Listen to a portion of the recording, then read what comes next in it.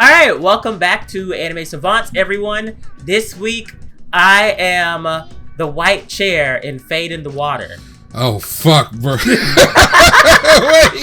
wait. We could go there? Damn, I want to... Okay, if you're the chair, I'm the homie who was swimming over.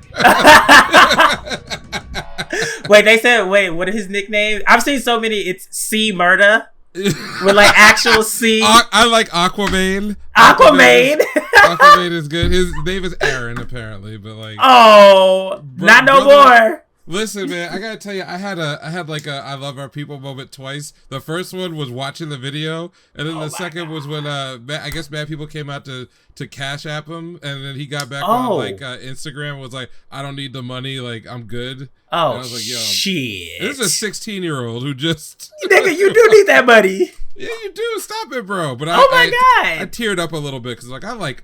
Oh, I didn't know that they were cash apping him. Yeah. Oh. Us is doing good, so I'm proud of that. Yeah, that was a Sunday. Oh boy. Listen. Well, I saw all of it yesterday, which was Sunday, because I think that's when it like leaked on the internet and some shit like that. But it happened Saturday. I gave it a day and a half because I was like, I need to make sure that like everything's on the up and up. But this shit was tight. It's funny because like I'm not from that area, but I spent 5 years in Alabama and specifically near Montgomery, so I'm familiar with the area. I've never like taken that ferry or anything. What people probably don't understand if you're not like from the South or really from like the United States, even that like Alabama is a very racist and white place, but the cities are black as hell. Like Montgomery is a black city. Even places like some of the college towns like Tuscaloosa. I went to Auburn, and then like the capital, like Montgomery is the capital, but like some of the cities in the West, they're all very, very black.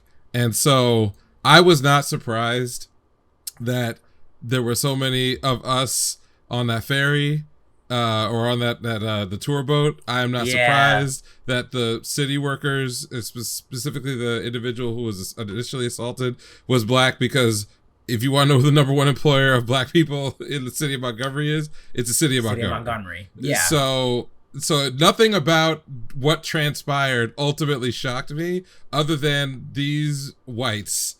That's all I could call them, who were on that dock, who thought, for whatever reason, that they didn't have to move their boats. Why would you even attack him? You watch the beginning of that video, you tell yourself, surely something else happened. And right? nothing. Because more and more videos came out, and it was like, oh, you just attacked him for nothing. Like, he's doing his job. So yeah, I've had too many hearty laughs. Why did they come back? Why? Because you know why they came back. I know why they came back. Listen. We have to ask why they came back, because the first time they came back, because it was so entertaining. I know these dudes thought they had it. They were like, "Oh, okay, we put pause on this guy. Like, oh yeah, some people are running over, but like it's good because they had like 5 people over there. Am I wrong? Was it like 5 or 6 folks? Yeah. Even like their women were running in trying to get some too, and it's like okay, it was bad.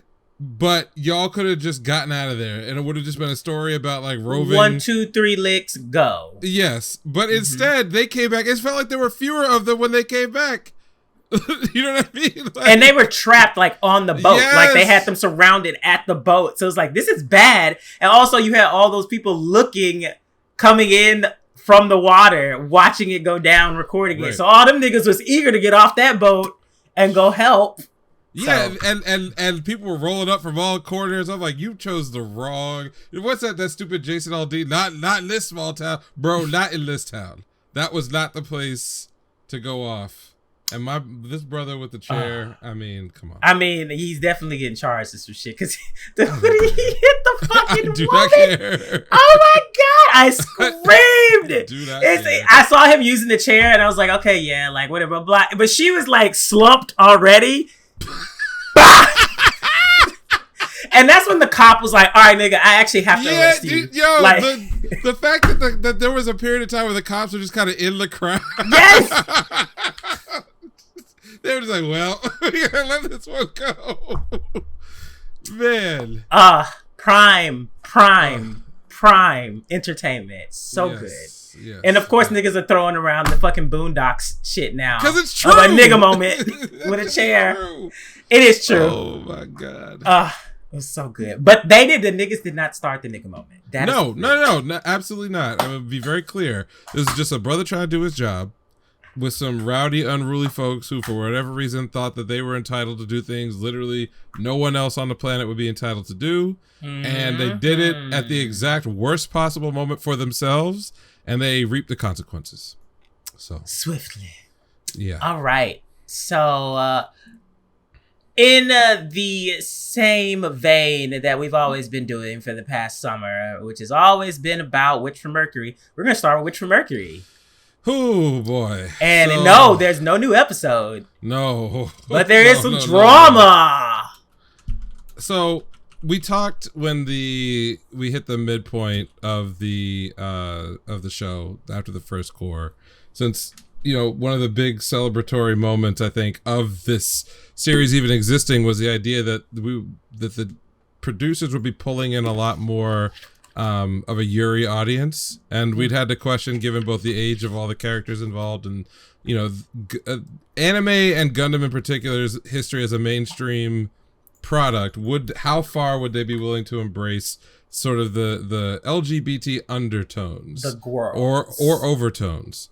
And I think that the universal sentiment coming out of the first core was they had found a line that was both interesting from a narrative point of view, open to this new community that was being courted. They were doing a lot with, the visuals to tell you a story that may have been a little bit different than the actual story that was happening in the show. And they were borrowing a lot from classic, at least visually, from classic Yuri, the Pantheon. So I saw a lot of Utena all over it. Yeah. I mean, if you look at the endings and the openings, they're playing with the Yuri themes, and they're not shy about that. And in the second core, obviously things moved at a very accelerated pace, and so there was a little bit less of a focus on the individual relationship between Suletta and Miorine, because they literally split up most of the cast, so there wasn't as much FaceTime. But still, they had a lot of the same ideas from the first season, and then things kind of concluded on that final scene that folks were excited about, wherein they revealed that heard our opinions. Right, you've heard our opinions about that, and that the pairing of those two characters officially inside the show, while in some ways left up to your interpretation, it was pretty clear because they said they're all one family, blah blah blah blah blah. Okay. And also Eddie called Miorine sister-in-law. Correct. So it's like, correct. Okay, got it. And we had our conversation about that. My feeling was kind of mixed in this, not negatively, but there were two directions to go. One is to abandon sort of the Yuri concept as a plot point and just leave it as a visual, right? And then the other one would be to go all in and just have them get that last. You can do the cutaway shot of them about to kiss each other or something. Give something to that audience that has been supporting the show, but maybe keep it within the boundaries of what you're able to do on TV with those characters. They didn't really do either one. They kind of shot the middle, because while there's no physicality, it's very, very clear from all the framing that they are, quote, together. And that was it. They had rings. They had rings. Right. So, okay, that's fine. It is what it is. As the sort of rollout for the finale wound up, obviously you get your round of interviews with principals. They talk to the producers, the director, the writer, and some of the voice actors on the show.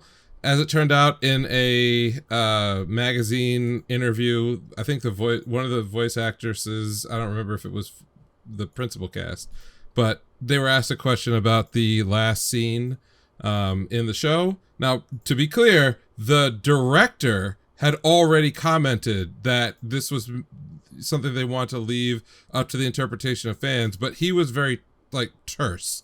He didn't give a lot of detail about what that meant. Just offered a couple of sentences and moved on. So it's not like there's nothing to get out of that one way or the other. The voice actress, on the other hand, was like, nah, they married. Yes. And then again, not a lot of detail, just a couple of sentences, and moved on. And frankly, if that had been all it was, then we wouldn't be talking right now. Because, you know, maybe some of the Yuri accounts on Twitter, at least English side, would pick it up and run in circles around with it. But beyond that, nobody would have cared one way or the other. Well, Sunrise Corporate got a hold of that translation because it was a translation of this Japanese interview for another magazine that then got published elsewhere, and they were screaming to high heaven like, no, no gay here, all right, no, they're definitely not married, and they'll never be married, and no one will be married. And really just took the ball further than it ever needed to go in order to denounce the answer that was given in the interview. Now, before I unload on these motherfuckers, I'll try to do it a calm way. But to shoot a little bit of bail, obviously this was not a part of their PR plan.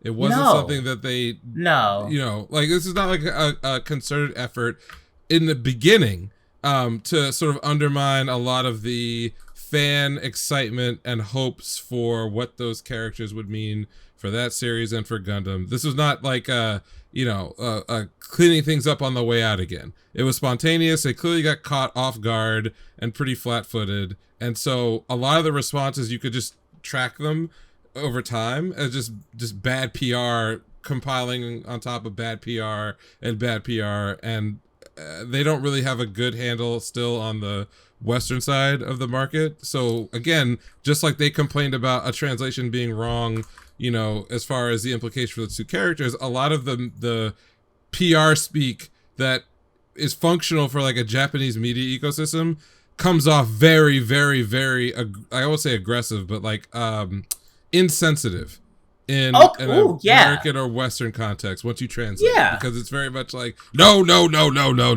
right? So that's the only bail that I'm going to shoot them as far as like the difficulty of international relations while you're trying to manage your own PR stuff. Okay, let's put that in the box. Motherfucker, I told you. I fucking told you, okay?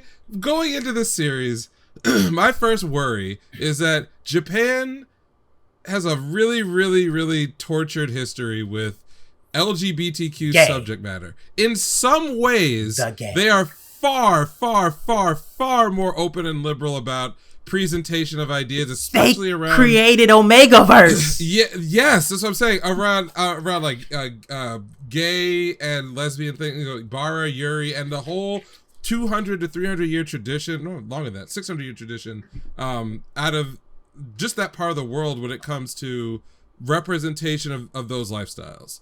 It's different than the West. It's not as like Christianified and crazy in that way, but in other ways, it's also a culture that they to this day feels the need to be hidden.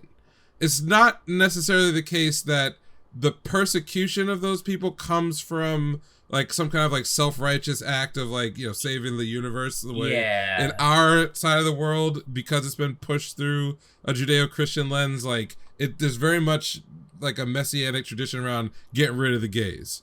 Luckily we've done a better job lately, but like that's why it's still that's the flavor we get. In Japan, a lot of it is about hiding their conservatism behind honor and shame culture. And unfortunately, that has led to a very weird dichotomy where I can go and look at a season of popular media, anime, and movies, and I can find you some of the most open and brazen depictions of every lifestyle under the sun, many of which played up to like 11, gay, straight, and otherwise, in the popular media in Japan and Korea especially. You can find it. It is right there. There's nothing behind closed doors. But for some reason, when it comes to often like really, really big corporations or in politics or popular figures inside of the culture, their celebrities, this subject is something that, for whatever reason, fucks everyone's brain up. So what does this relate to Witch from Mercury? Well, number one, you have like the Streisand effect. If Sunrise was so concerned that the implication of a story that they greenlit and they put on TV was too openly friendly to a gay interpretation, the worst thing they could ever do is shine a spotlight on that subject. No matter what the instigating moment was. It'd be fine if it was like a small note from like Sunrise PR that says, hey, this translation was a little bit in error and we prefer to leave things open to interpretation. If they had framed it like that, which by the way is essentially what they were trying to say. Because that's what the author kind of did. Right, that's what the author did. The director said the same thing. Like it would be a non-factor. But number one, they jumped on it very quickly. Seemingly, it's like they were reacting to a backlash that had never happened because there was no big like, Western or Japan side reaction to that comment because it was literally like this person is like the 18th down the totem pole of folks to interview about anything to do with the series in the first place. It played to a small audience. I think the magazine that she was interviewed for only had like local Japanese circulation. Yes, the comment got clipped. Yes, the comment did get clipped for Twitter, but it wasn't trending. There was no outrage. Outrage, yeah. It didn't exist. And Sunrise went into full panic mode. And in doing so, not only brought all the attention onto the comment and their reaction that they did not want in the first place, but then they doubled down on it by reacting in a way that was not sensitive to the audience that they themselves had deliberately cultivated in the first place. They courted the gays. 100%. 100%. And so once they got to that stage, it was just blunder after blunder after blunder after blunder. So where are they at right now? Because I didn't really look at any more after the initial thing. Like I saw a Japanese Twitter account retweeted calling them cowards, and then it was just like an avalanche of people just going in on their asses. So what's unfortunate that's happened, so two things. There was a little bit of like review bombing. A little bit. I mean, the thing is that the exposure that Witch from Mercury has on Western platforms, as far as like sort of non-anime news media PR, is very limited. But on their Japanese equivalents of IMDb and like some other stuff where fans, so like My Anime List or some shit like that. Well, but for Japanese language is what I'm saying. Yeah. Like obviously like 2chan is a fucking cesspool, but it's always a cesspool either way. It just said now it's a cesspool. Is it not? Yeah, it's just for the Japanese like language commenters.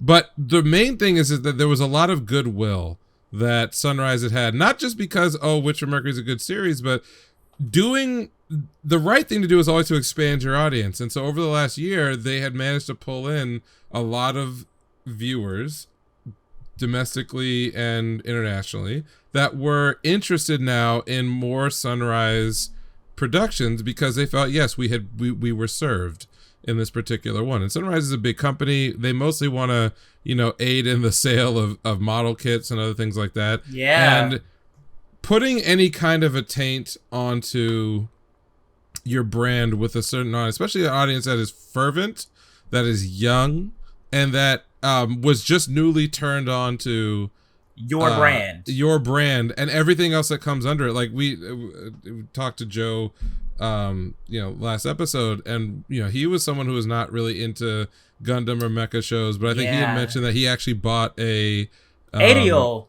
Yeah, he bought a figure. I mean, like, this is the kind of thing that good corporate practice, insofar as corporations can be good. I'm just talking about like financial, what you want to happen. Right. Yeah. Financial SOP is open yourself up to new markets, generate lots of goodwill with those markets, stretch yourself in ways that don't hurt your business, but serve those groups, and then capitalize by funneling them into other things that you produce that may, whet an appetite for more and more and more and more and more. The last thing you want to do is intro to a new audience, get mass exposure, and then burn the bridge before it's really even, and people were really happy with the end as far as those two. Yeah. They were I think happy folks with understood. I think folks got it. Ironically, I think that the audience, that new audience, understood the line that the showrunners and Sunrise were walking and how tight it was for them. And so we're willing to give, I think, a little more leeway, despite that they may have wanted more or may have wanted a different full-on things. Confession, a wedding, whatever the that tropes nature. are from that. And again, I'm not a reader or watcher of Yuri material, so I don't know what exactly, like, you know, the beats that everybody expects from their favorite whatever. I don't know, but it did not seem like that was necessarily given in the show, and so the fact they still had a lot of goodwill is good. That was a good thing. They just incinerated it just like that, and the reason for it, I think, should be studied because it need not be reproduced again. But my only takeaway is that this is a big unforced error, and it left a bad taste in a lot of people's mouths, and it sucks that there are now going to be people who would have gotten into this subgenre along with whatever they were into that now will think twice before trusting this particular company. And that I'm, you know, I don't like that. I want more mecha stuff. I don't care what shape it takes. I want Sunrise and the fans to both be open to doing new things that stretch what they're used to doing. And unfortunately, the reaction to this at the end, maybe temporarily, has put a damper on that enthusiasm, which was it was no reason to do this. I thought Witch from Mercury had a huge splash as far as just like non-mecha people. Mm-hmm. There were a lot of people who were talking about Witch from Mercury who I had never seen even interested in mecha. Right. And then after Witch from Mercury ended, I saw a lot of people asking for recommendations on not just Yuri things, but they were like, oh, this wasn't a bad mecha. Is this what the mecha genre is like? What are some other mechas? And, you know, people are like, oh, you should watch Gurren Lagann. You should watch Star Driver. You should watch this. You should watch that. Blah, blah, blah. You should watch Lelouch. Oh, my God. Code Geass. Like, you should watch those things. And they're like, oh, well, you know, I thought that it was always this, but this is great. So there's that. But then also, just with the gay side, it's honestly so annoying. And I can definitely see it. The gays never forget. And they damn sure don't forgive. Right. So I can absolutely see this biting them in the ass in the future, which on like anything promotional wise for new IPs that even hint at going towards a gay plot line. I feel like in actuality, they have shot themselves in the foot and they cannot do this anymore because people will immediately be like, you're not going to do it. You're lying. You're lying. You're not going to do it. You're gay baiting us. And in this instance, I think you're absolutely dead on right, which is the author, the director, they left it open to interpretation for everyone. And people were okay with that because, you know, Gundam is not a gay, like, BL Yuri franchise. But also, if it's showing effort to evolve and to, you know, dabble in those things, then hell yeah, why not? I want to see, like, you know, my romance when niggas getting shot up in space. Like, yeah. Right, yeah. Like, come on. The irony, too, is that the Gundam franchise, whether it's the UC series or any of the alternate century work, the whole premise is perfectly designed for vaguely homoerotic, non-sexual romances. Gundam Seed! Yeah. Come on! I mean, like, even the concept that is usually underpinning every series, which is going to space a lot and opens up powers for people to, you know, directly connect emotionally at a higher level. Like, yes, it's all about enlightenment and whatever, but there's plenty of romance in Gundam where you could just switch the characters. It would be the exact same situation. I see niggas like fan casting like Amuro and Char. Like, all the and there's actually a pretty good argument for it too. Yeah, listen, I be reading them and I'm like, ooh, they got points. Like, if you want to legitimately do that, like having your Char clone, you know, somewhat romantically interested in the main lead, but just they never do anything with it. Like that's perfectly par for the course for what Gundam generally does. And also, honestly, it's pretty realistic because there are so many relationships, romantic relationships, where you feel something, but it never goes anywhere. Right. And that's also completely realistic and practical. If you lived in a world where you could emotionally directly connect to other people, the boundaries of like what the biology is out the window. Yeah, we're in a whole other realm of like, can you even do what I do? Then, right? Yeah, it's why like would this, I even? It's so I'm saying it's rife for that if you wanted to go there, but it need not be extreme. I'm just pointing out that it's an unforced error to so violently pull back in situations like this. That's all I'm really getting at. Eddie literally said sister-in-law, and they had wedding rings on. So it's just like, y'all, I don't know. It's, to be honest, maybe it's someone who is old and in power, and they made a decision, and, you know, everybody else just have to go along with it. But I'm not saying this doesn't bode well for the future of Gundam, but when it comes to... it was just stupid specific error. When it comes to specific plot lines, they're definitely, if they do it again, they're like, there's gonna be a fucking telescope on them. Like, like people are gonna be like, "What are you doing over here?" Because remember last time, what you did last time, and I think my takeaway is that I'm with you. I'm less worried about this specific reaction, even though like it annoys me that we seen this coming from a mile away. It's the way. And the sad part is you thought it was a possibility, and then they actually followed the fuck through with it. Yeah, but what really troubles me is that the way they went about doing it ultimately was they actually digitally edited the interview to change. What? Yeah, to change the language in the interview. Because remember, their argument was that, oh well, this is a mistranslation of this word. But the thing about any translation, and this is not like, you know, I'm not flexing anything, like I can still read some Japanese, but one of the things that you learn when you're learning that language and others is that a word can have a lot of different meanings, and the intentionality of which meaning you mean isn't one of those things where it's like, you use this word, so that means you don't. That ironically was open to interpretation, and so the company going back later and just changing the text and using the argument that, oh well, that was mistranslated. Why don't we ask the actress?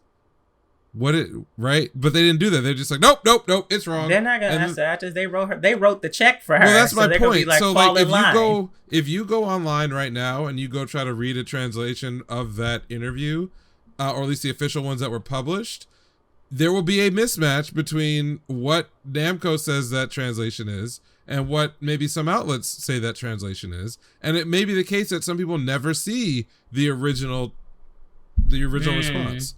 And so the ability to go and digitally whitewash a statement, or even the inclination to do so, no matter what the argument is what I'm worried about. It's not so much what they changed or this particular situation, but that is now the inclinations when they don't like something, or when something goes against a narrative in spirit, if not in fact, there's a good chance that it could just be scrubbed and sanitized from the internet, and that does not bode well for discussions of topics like this, whether it's LGBTQ issues or other things that an anime studio might do. I don't like it when it happens with American studios. I don't like it when it happens with international studios. Who's doing it doesn't make any difference to me. I think it's shitty. So I'm not happy about that part, but such is life. Well, yeah, Sunrise fucked up. So, question of the week, answers. So, ironically, I had an answer, and the question that we will be answering or giving you all our answers for, and someone also mailed in their answer, which happened to be the same thing as me, which was, what do you think is the most faithful anime adaptation of a video game? Or the best one? Just the best. So, I thought, and this other person thought, of Persona 3. The movies, not the movies. And I think there are 4 of them, and they're all great. Like, it's like a Sakuga fest, damn near not nonstop, but like, it's really good. It gets the point across. The plot is great. The music's great. Shoji Meguro's a fucking genius amongst us. Like, it's a really good adaptation, and I never played Persona 3. I've owned all versions of it. I never got through them, but I only started playing Persona 3 because I found out about Persona through Persona 4. And I went backwards. And I remember And this is the thing that gets me so much, because the Persona 4 and the Persona 5 anime adaptations are so bad. Like, they're so mediocre. But the Persona 3 movies were so good. Like, I can't imagine anything else. Or nothing else comes to my mind of thinking of like, oh, this video game adaptation of this is amazing. Like, wow. It's those movies. They are phenomenal. So what's yours? Wait, I think you already said yours though. Yeah. I think you had said yours. I mentioned before, yeah, but Street Fighter 2 the movie for me is it occupies a great place because number one, I think it's just good. Like whether you know Street Fighter or not, like in a little under, I think it runs under an hour 20, so it's not very long. Oh, it's not very, very long at all. But like, you get just a taste of like what Street Fighter is. The animation is fucking fantastic. This is from that golden era of OVAs. I don't think this was not a theatrical release. I think it was to video or to Laserdisc at that time. I don't remember if DVD was not out yet, but so that's great. Music is ridiculous, and the movie ends with Ryu about to jump kick a fucking truck. Like it's crazy. It still has one of my all-time favorite, well, two of my all-time favorite fight scenes, which is Chun-Li versus Vega in her apartment, which is crazy.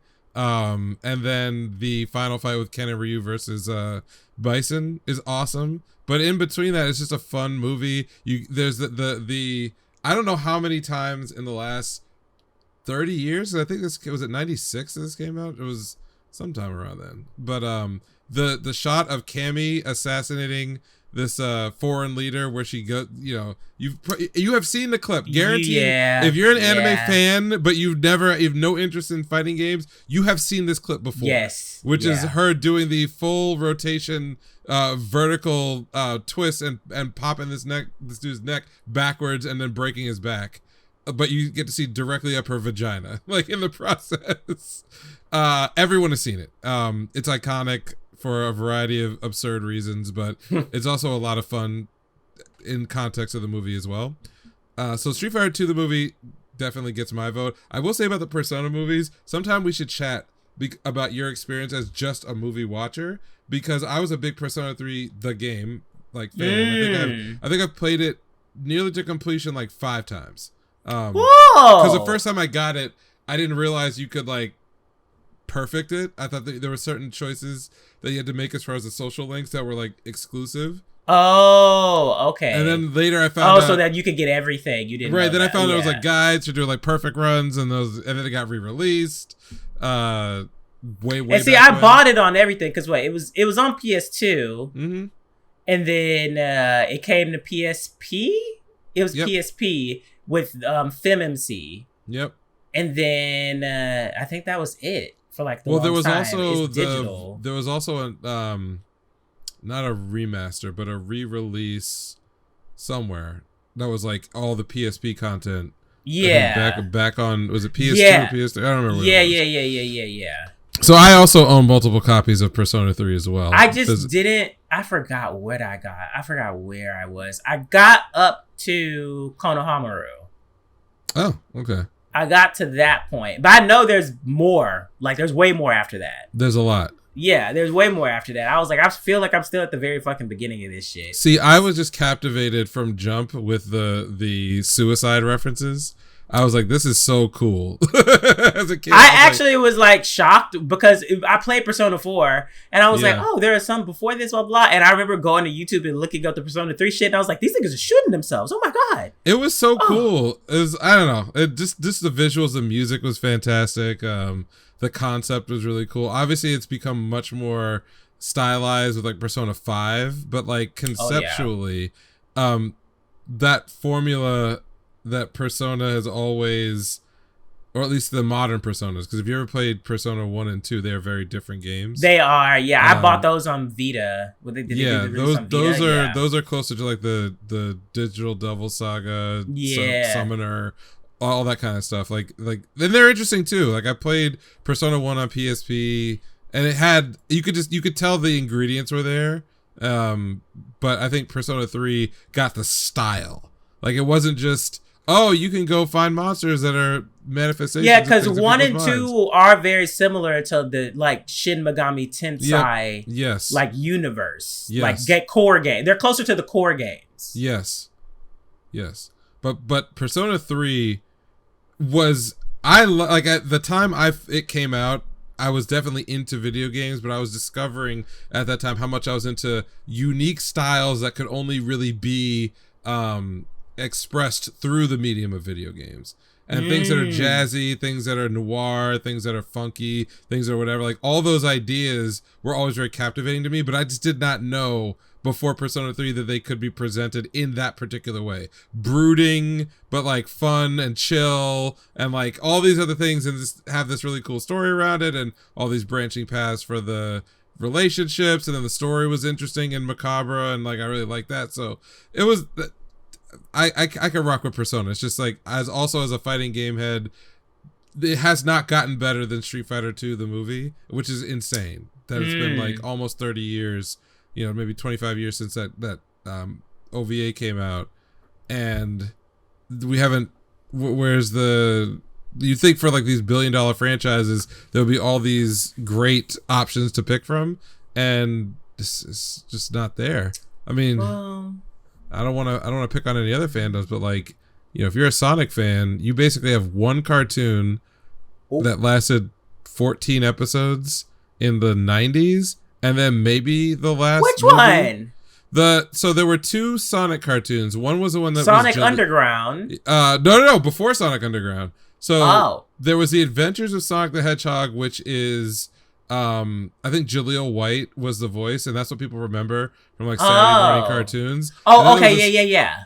And then there was a second one that it's Sonic X.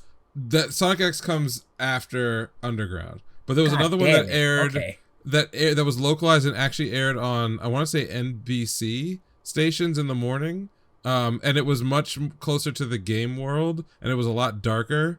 And I don't remember if it. I don't remember the full name. It might have been like The New Adventures or something. But they actually aired simultaneously for a couple of years because they were 2 different companies produced them. And that's the good one. The good one, because that one has it's in the actual world of the Sonic 2 games, and it involved like like rescuing the cybernetically altered animals from Dr.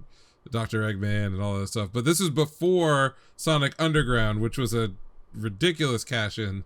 Oh my god. It's so late 90s. They got my ass. It's so hard. Late 90s, early 2000s. It's nuts. I blame Sonic Underground 2 for like on the internet all these like alt Sonics because they were trying to figure out because it was like because he had the brother and sister. Oh god. Yeah. I'm not gonna lie though, that was like the highlight before school for my ass for the longest time. Sonic Underground. I was like, I will wake up when I hear that theme song. Yeah. Oh, bitch! I know the theme song. I'm awake now. It's time to go to school after I get to watch this. It was so late 90s. It was like everything's like, yeah, it's rocking and rad. Yeah, I was like, it was. X was not. X was a Saturday morning cartoon in the like late 90s, early 2000s. Like it was what it was. It was for. I mean, we saw how they. Wait, was that for kids? I mean, we saw what they did to One Piece. So. I think it was because it aired on 4Kids. Did almost all the One Piece, Yu-Gi-Oh, Shaman King, just everything. So I'm familiar with it. I wish I was not. Though ironically, it has the most connection development wise to the Sonic movies, the ones that have come out more recently. They're more derived from the material in X. Well, I feel like they're. Actually, you know what? I haven't seen the movie, so I wouldn't know that. The second one apparently is quite good. I know that Shadow's coming, and I'm like, Sonic Adventure 2, yay. Sonic with a gun. They're giving him a gun again? Well, no, I'm sure they won't. But that was insane. The reason why Shadow got over... What the fuck were they thinking? And that's Adventure 2, right? Yeah. No, he didn't have... It was his independent game. Shadow the Hedgehog. Yes. Everybody was like, why does Shadow have a gun? Because that's what makes him cool. Where are the fucking chaos crystals? He's black and he has a gun. And I'm just gonna leave it at that. So, okay. Yeah. Other than that, all right. So what have we been watching? Let's do vending machine. Yes, please tell me. I mean, we both watched the first episode of it. Did. It was exactly what I thought it was going to be. He has points. He can alter his shit. He can't move. I did think he was gonna at least be able to communicate, but he can't. He can only do specific phrases.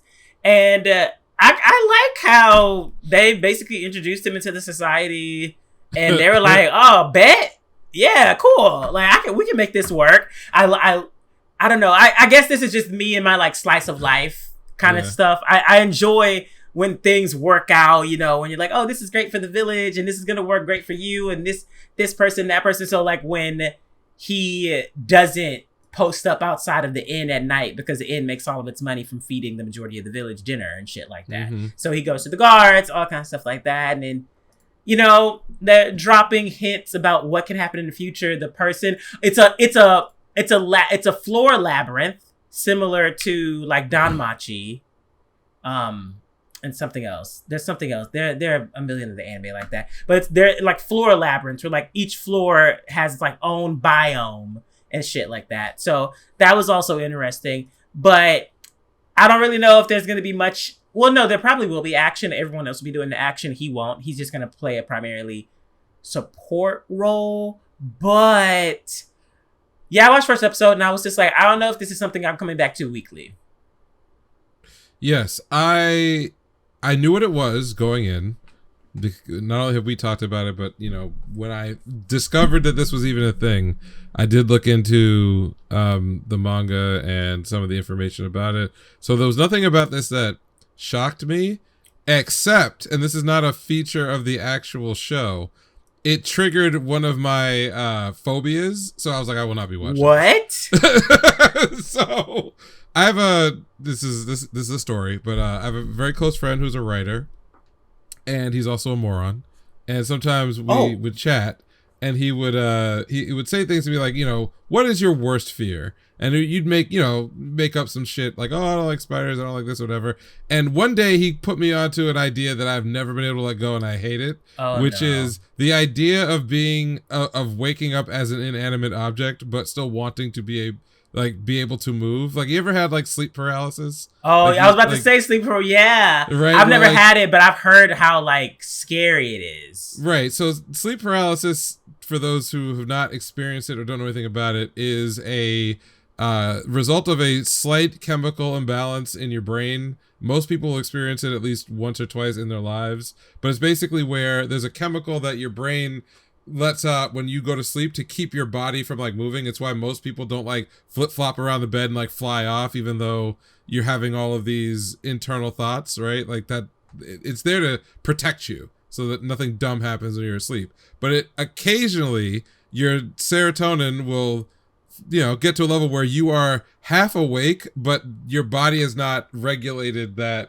chemical. And so you'll have this experience of being like unable to move while you can maybe even do something like open your eyes or at least be semi-conscious. And it's a horrifying experience because for some people, because it's like everything as a human being that you know is wrong. You have a body, you have all your senses, but you can't move and you can't talk. And in that state, people have had all kinds of unfortunate experiences. Like they'll feel like, you know, when people talk about your sleep demon or something, like that feeling has been associated with those types of experiences that people don't like. Now, unless there's some like real disorders where you will experience that a lot, most people, this is not like a nightly condition. It's like you can remember 2 or 3 times in your life. Like I can, mostly when I was like a little kid, you know, like 1 or 2 times it happened. You're like, oh, this fucking sucks. So when this dude put me onto this idea of like the horror, the existential horror of waking up trapped in an inanimate object like a fucking chair or, you know, like a television screen or whatever else, I was like, yeah, this would be my actual real nightmare of being unable to move, fully in control of my own faculties, possibly experiencing like pain or anything else, but I can't do anything about it. It's just that's my condition. Just like silently screaming, "Oh, I'm trapped inside this other body." Like that is crazy. So then I watched this episode, and in like the first 3 minutes, when the main character is like monologuing about like, "I fucking love vending machines. It's the greatest." But then even he's like, "Wait, this is actually terrible, or it's not. I don't know." Like that existential sort of engagement with reality. I was like, I'm not about this at all. As far as the content of the series or the first episode or where it's going, no, I totally see what audience this is for, and it's a very system oriented explanation of the world, and because the main character can only engage with his powers, right, that's the only way he can really communicate. And you know, they've got your usual cast of characters that physically or anatomically make absolutely no sense, but they're there to be like as cute or as fan servicey as possible without necessarily stepping over too many unusual lines. I like the main character's design is just cute, you know, huge fucking tits, obviously, but other than like and super strong, other than, you know, getting ogled by the MC a little bit, like it's played more or less straight, as far as having to overcome the different challenges and making use of like vending machine related items and other things like that to move the story along or to help be a support. Like that stuff I think is cool in an absurd kind of way, and it does have a lot more heart behind it than I probably would have given the concept credit for. So altogether, I actually do not hate it, but it's for a very specific, it's like if you were already deeply engaged in isekai stories and you wanted something that was very offbeat, to break up the monotony of like the black-haired protagonist, exactly, then actually this is doing a very, very good job of it, and it's doing something that is unique because the premise itself is absurd, like beyond absurd, and it's not really played for comedy that much. It's more situational. The character designs outside of like the core cast, I think, are so generic it hurts. Like, I've literally seen the faces on some of the like, you know, supporting cast, like drawn line for line, like in the episode 1, the guards at the village. Okay, yeah. They have speaking lines. If they were just like background characters, I'm just saying they had to, in this episode, they had speaking lines. And I'm looking at these characters, I'm like, these were literal line for line ripoffs from SAO characters, like supporting characters. Is what it is. You can line them up. That name in a minute. Holy shit. Yeah, you can line them up. You could go to SAO season 1, look at some of the you know, I would call them like useless NPCs, and then put them next to the character designs for like those guards. It's the same. Like even to the lines on the face. So I was looking at this shit, I was like, why do I feel like I've seen, of all things, like these NPCs before? I was like, yeah, it's right. Oh my god, I just understood Alicization. Oh my god. Wow. You see it, right? I just understood what that's so corny. It is. Oh wow. Yeah. Okay, that was way off topic, but it literally clicked, and I was like, yeah, Alice is Alice.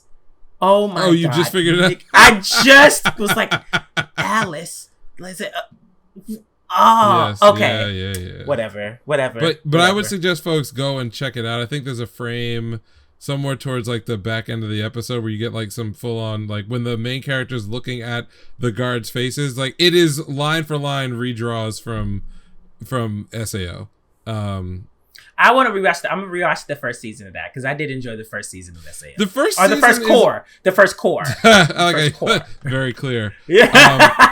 That was always the thing that irritated me the most about that series, that they had some very good ideas within the first 10 episodes that you're like, oh, okay, this is interesting. Also because they jumped around in time in between the first 3 think the first 3 episodes, and then the latter end of the series, when like Kirito becomes a different person and not a, and it, you know, I don't want to get back into that. Like His SAO mind falls off a lives cliff for 1,000 years just inside of a computer. Yeah, but like specifically when the story about that party that gets wiped and die, and what he goes through in that, what felt very much Mushoku Tensei-esque in some ways, and then it completely reverted back to some of the, I don't know, all the weird stuff with Asuna and the AI. AI baby. It's like, stop, please stop. That's their daughter. What else is airing that, I mean, Jujutsu Kaisen, I'm not caught up, but since it's all done, I can just like binge all of it in one day. Do it. I think it looked, all the screen caps that I've seen looks fucking amazing, gorgeous. I saw that nigga like that, and I was like, oh, some crazy, absolute insane shit happened. I know it did. Yeah, I mean the best part. So, you know, Jujutsu Kaisen is still running, and there's still a lot of crazy stuff happening. Oh yeah. And you can often look at longer running series, and I think the better ones are those that find ways to bring ideas or plot lines that were important in the beginning, but then recontextualize them over the course of a long bit of storytelling, such that they are still relevant at most, if not all, points of the future story. What happens in the Gojo Gaiden, which is all of the stuff around the 5-star plasma vessel, Gojo it's coming to a head Toji, now. Geto. It's not that it's coming to a head, it's that everything that happened then rings still this far into the story. There are things specifically around the, like that Gojo and Toji and Geto and some of the other students that I would say they come to a head, but like you're looking at what's going on in the present and you're like, this is all connected back to that kind of original sin. Or another way to think about it is connected back to the philosophical differences between all the people involved, that when you're looking at it at the end, you're like, oh, it was inevitable that this kind of an outcome was likely, but you never would have thought that it would have gotten here the way that they did. And that's a good feeling. It's like when you're at the back end of Hunter x Hunter and you're like, oh, okay, it wasn't like the stuff with like Gon and Jing, you know? Like, you knew from the first episode that his father was missing, but his outlook on life was not negatively obsessed with that, but it was a big part of who Gon was as a person, and his open-mindedness, and I would say even like his ethical neutrality, right? Because Gon is not this like good character. He's in some ways naive, but in other ways he will be ruthless, and and you watch him grow as he experiences more of especially the world, as being exposed to Killua. Being supposed to kill him, but like learning for the first time like what actual tragedy is, and his reaction to it is not like, I'm gonna grow and become a better person. It's like, no, I'm going to succumb to the most primal rage that's ever existed in mankind. Give me power. Give me power. I don't give a fuck. Or like the fact that he's very morally gray. He deals with a lot of people in that series that are, by our world standards, evil people, but he is not a judgmental character. For the, you know, up until, you know, the Chimera Ant. He's not judgmental at all. Even when he was like fighting Genthru, he was an honor. He was like, okay, this guy has killed hundreds of people, but I'm gonna treat him just like an opponent. His intent was not to get revenge for all the people that were murdered, you know, as part of the game, to get all the cards. His intent was to win the game. So that's why he didn't kill Genthru and actually healed him at the end. It wasn't because Gon's this good person. It's just that once he makes a decision, he sticks with the decision. He sticks with it, yeah. But the reason why I bring it up is that like when you're reading the back half of Hunter x Hunter, things are happening that are very clearly the antecedent of stuff you were told and showed in the story from like the Hunter exam. Yeah, or even from earlier, like from like literally Whale Island. Like you're looking around and like whatever you find out about Jing and Gon's relationship then is still relevant to the story 400 or 300 chapters later. It's still relevant. Everything there is still relevant. And that's because no matter how far afield the plot gets, the story is held in good context by the author. It is the same way in Jujutsu Kaisen, where like these 5 episodes that cover the Gojo Gaiden material are formative to everything that occurs in the entire story front to back. And just like in the manga, the Gojo stuff, which was originally a one-shot, you know, like it was sort of like a, I don't know, it was conceived, I should say, as a small side story, but it was inserted and then became a part of like the mainline storytelling. Like you get all of what we saw in seasons 1 and season 1. Season 1. Then you get Gojo Gaiden, which is a flashback, which explains a lot of the relationships. And I'm forgetting where they so Jujutsu Kaisen 0, which is the movie, that was the original one-shot proposal for Jujutsu Kaisen. That was series. That wasn't serious. Well, not but serialized. it was republished during the manga run. I don't remember exactly when they republished it, but if you take all of those together, if you're just an anime only, I strongly would argue that this material is some of the strongest setup material in shonen, period.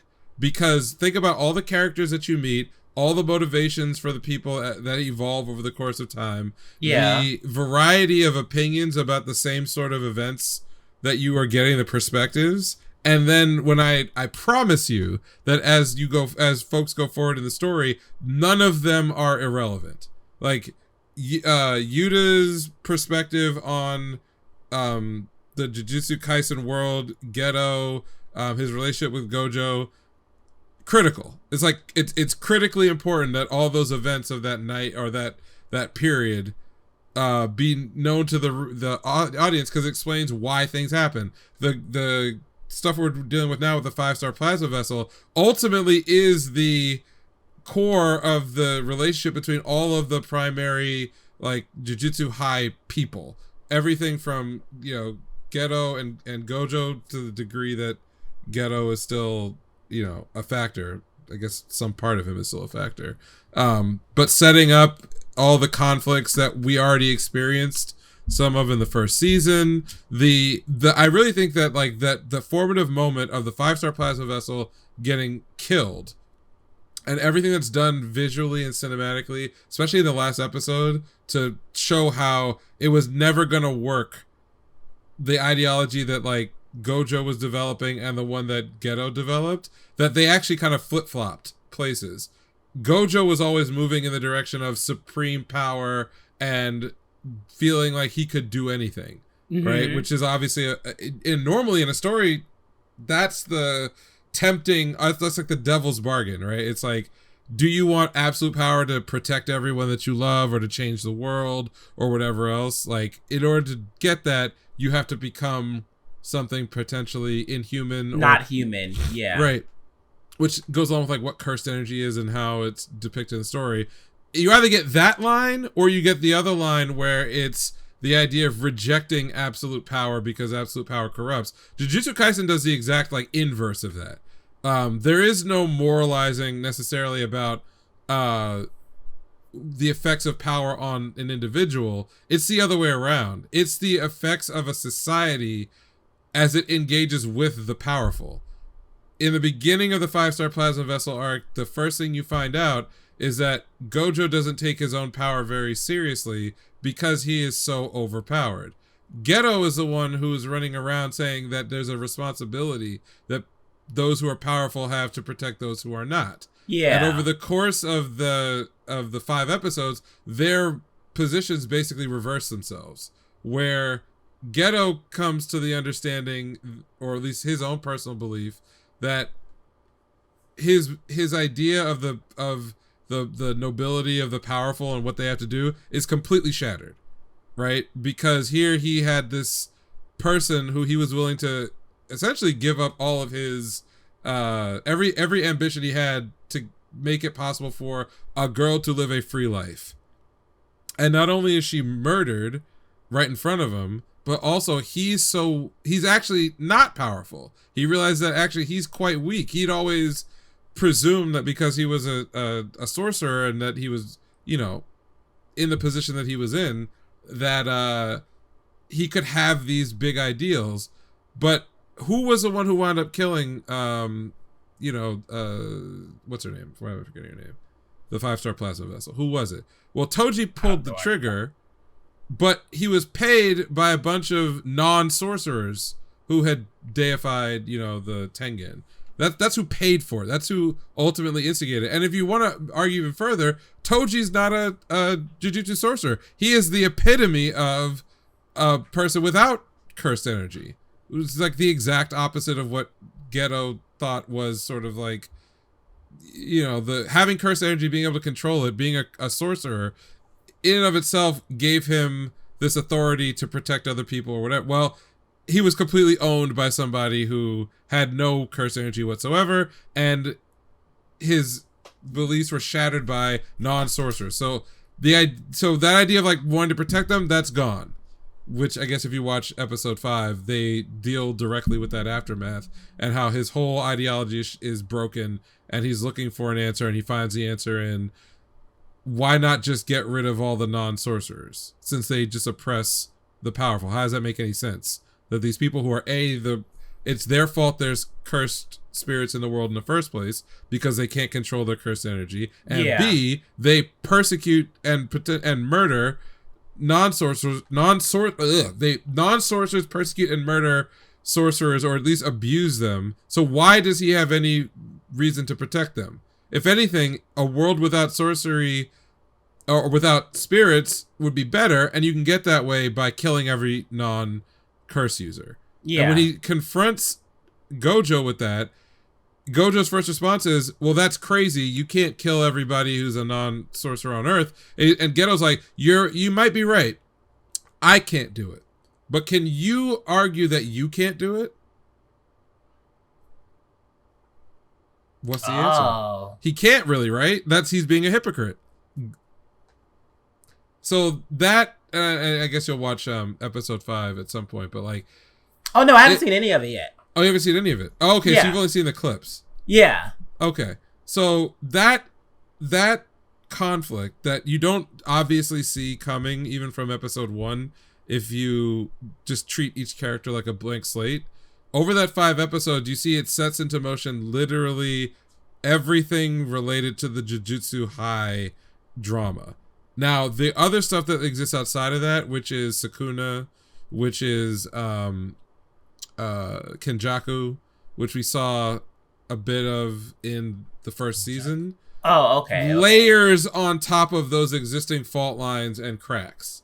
Because, as far as anime onlys go, you have seen that there's a brain that is somehow inside of Geto's body. And that's all you know. So, but if you've seen Zero, you also know that Geto came back, he attacked Jujutsu High, and supposedly he was killed by Gojo. And all their interactions that happen in that movie are, they're played off to the side a little bit because Gojo's not the main character, but this piece explains so much about how visceral and personal their interaction was, and also why Gojo was so reluctant to kill his friend, even though probably if he had put his mind to it, he could have killed Geto at any time. If he put his mind to it. But it had to do with their differing visions about how the world. Yeah. Which is what it should be. A shonen should be about the clash of ideas, and then you express that through action tropes and everything else.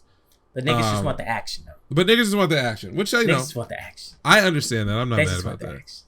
So I recommend now. We got like a month until new episodes come. So if you are somebody who's out there who's been hearing about where the show has gone, and you're anime only, obviously, now's the time to hop back in. If you're a manga reader, absolutely, they did justice to this piece. I'm shocked that we're getting this break, but whatever. I've heard that we're supposed to get to the end of the Shibuya arc, in this next coming set of episodes. Not really sure how many. I think it's 12 for a total of 17, but I could be wrong. We'll see.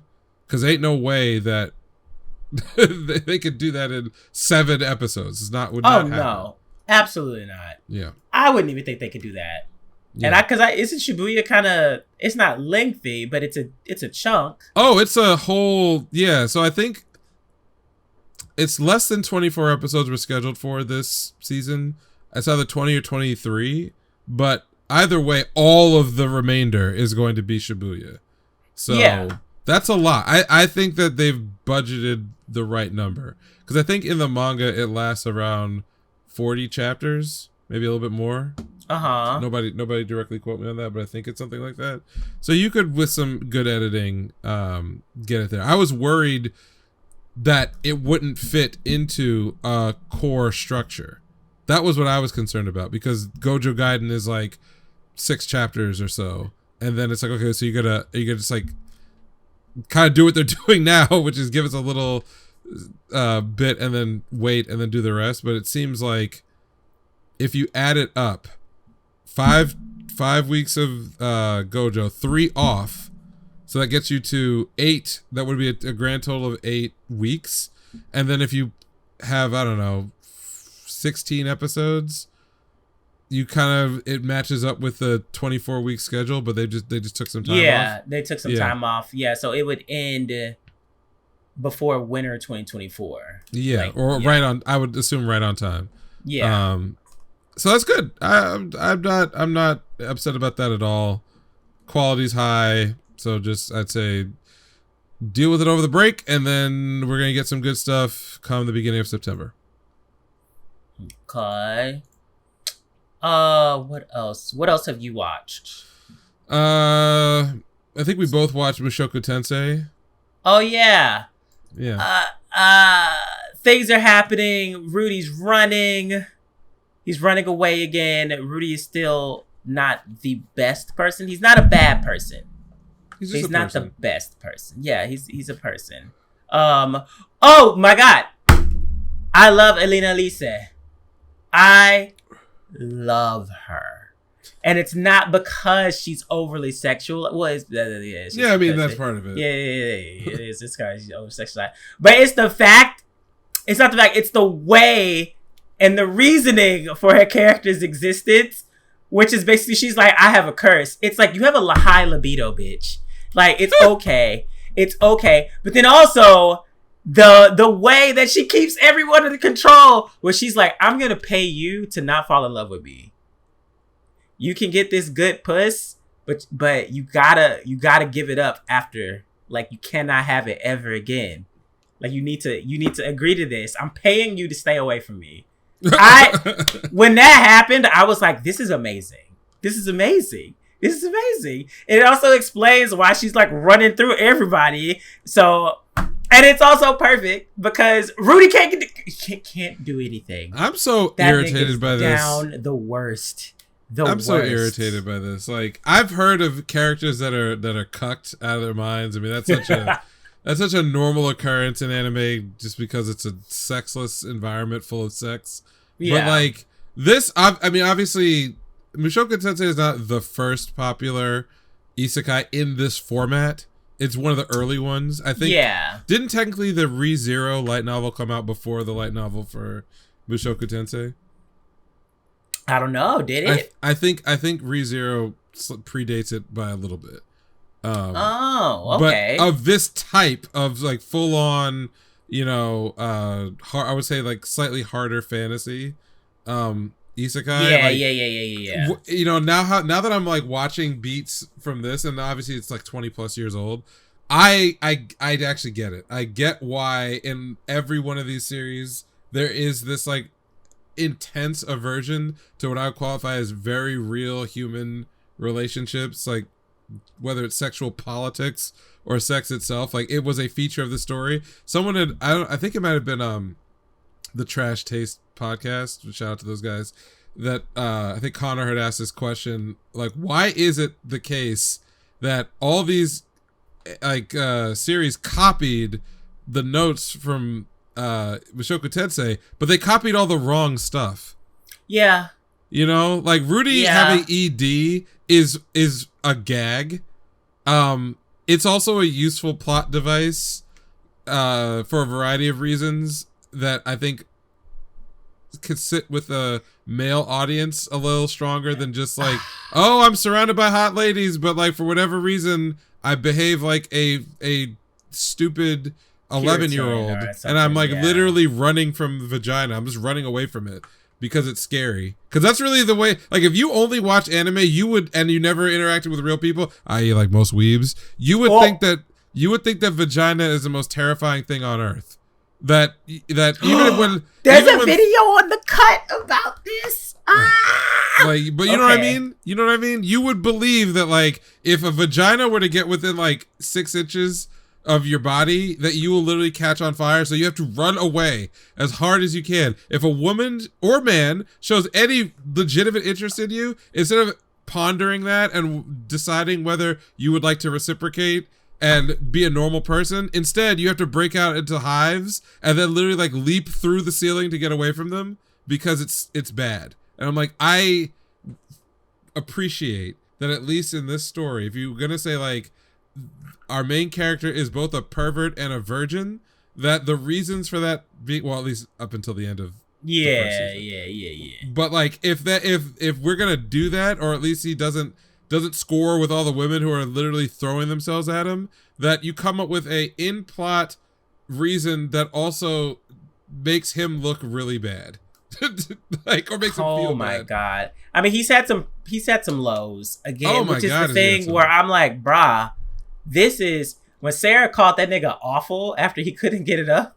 Yeah. I was like, oh shit. Yo, oh my god, here comes some more trauma. If you're gonna go over the top, like go over the top that way and make it something that the main character wants to overcome. Because I swear to, took you to a brothel, right? And he like Rudy does not want to have ED. Okay, he does not. No, he does not want this. Okay, so he can do things, and we're literally in the middle of a plot where he's trying to undo this. He would like to be fucking right now. The reason he went to the school. Right. He is there to cure his erectile dysfunction. Correct. That's it. So that I appreciate because I can get behind that motivation. Now, if it was the case like he's going to this school with this hot elf who fucks everything that moves, who has straight up told him, I would fuck you right now if it were possible. I'm into you and I want to do it. Let's go. And until I can get you, I'm about to fuck all these boys around you. Right. And he's not fucking for any reason other than ED, I would quit the show. I would quit. This is of all the fantastical, unrealistic things, this would be my breaking point. I just want to know what Paul did to her. I want to know because she hates that funny. nigga. Yes. I want to know what he did to her. I was like, did he turn her out? Like, what's going on? I don't know what happened. But because he was he with the one of the main premises in the beginning was like he's a whore. He was a bad whore and still is one. Yep. So it's like, okay. Yep. So that when I say like I like adult themes, I don't just mean that mature X-rated material like titties. No, I'm talking about the way adults think about real life issues or don't think. That's what adult themes mean to me.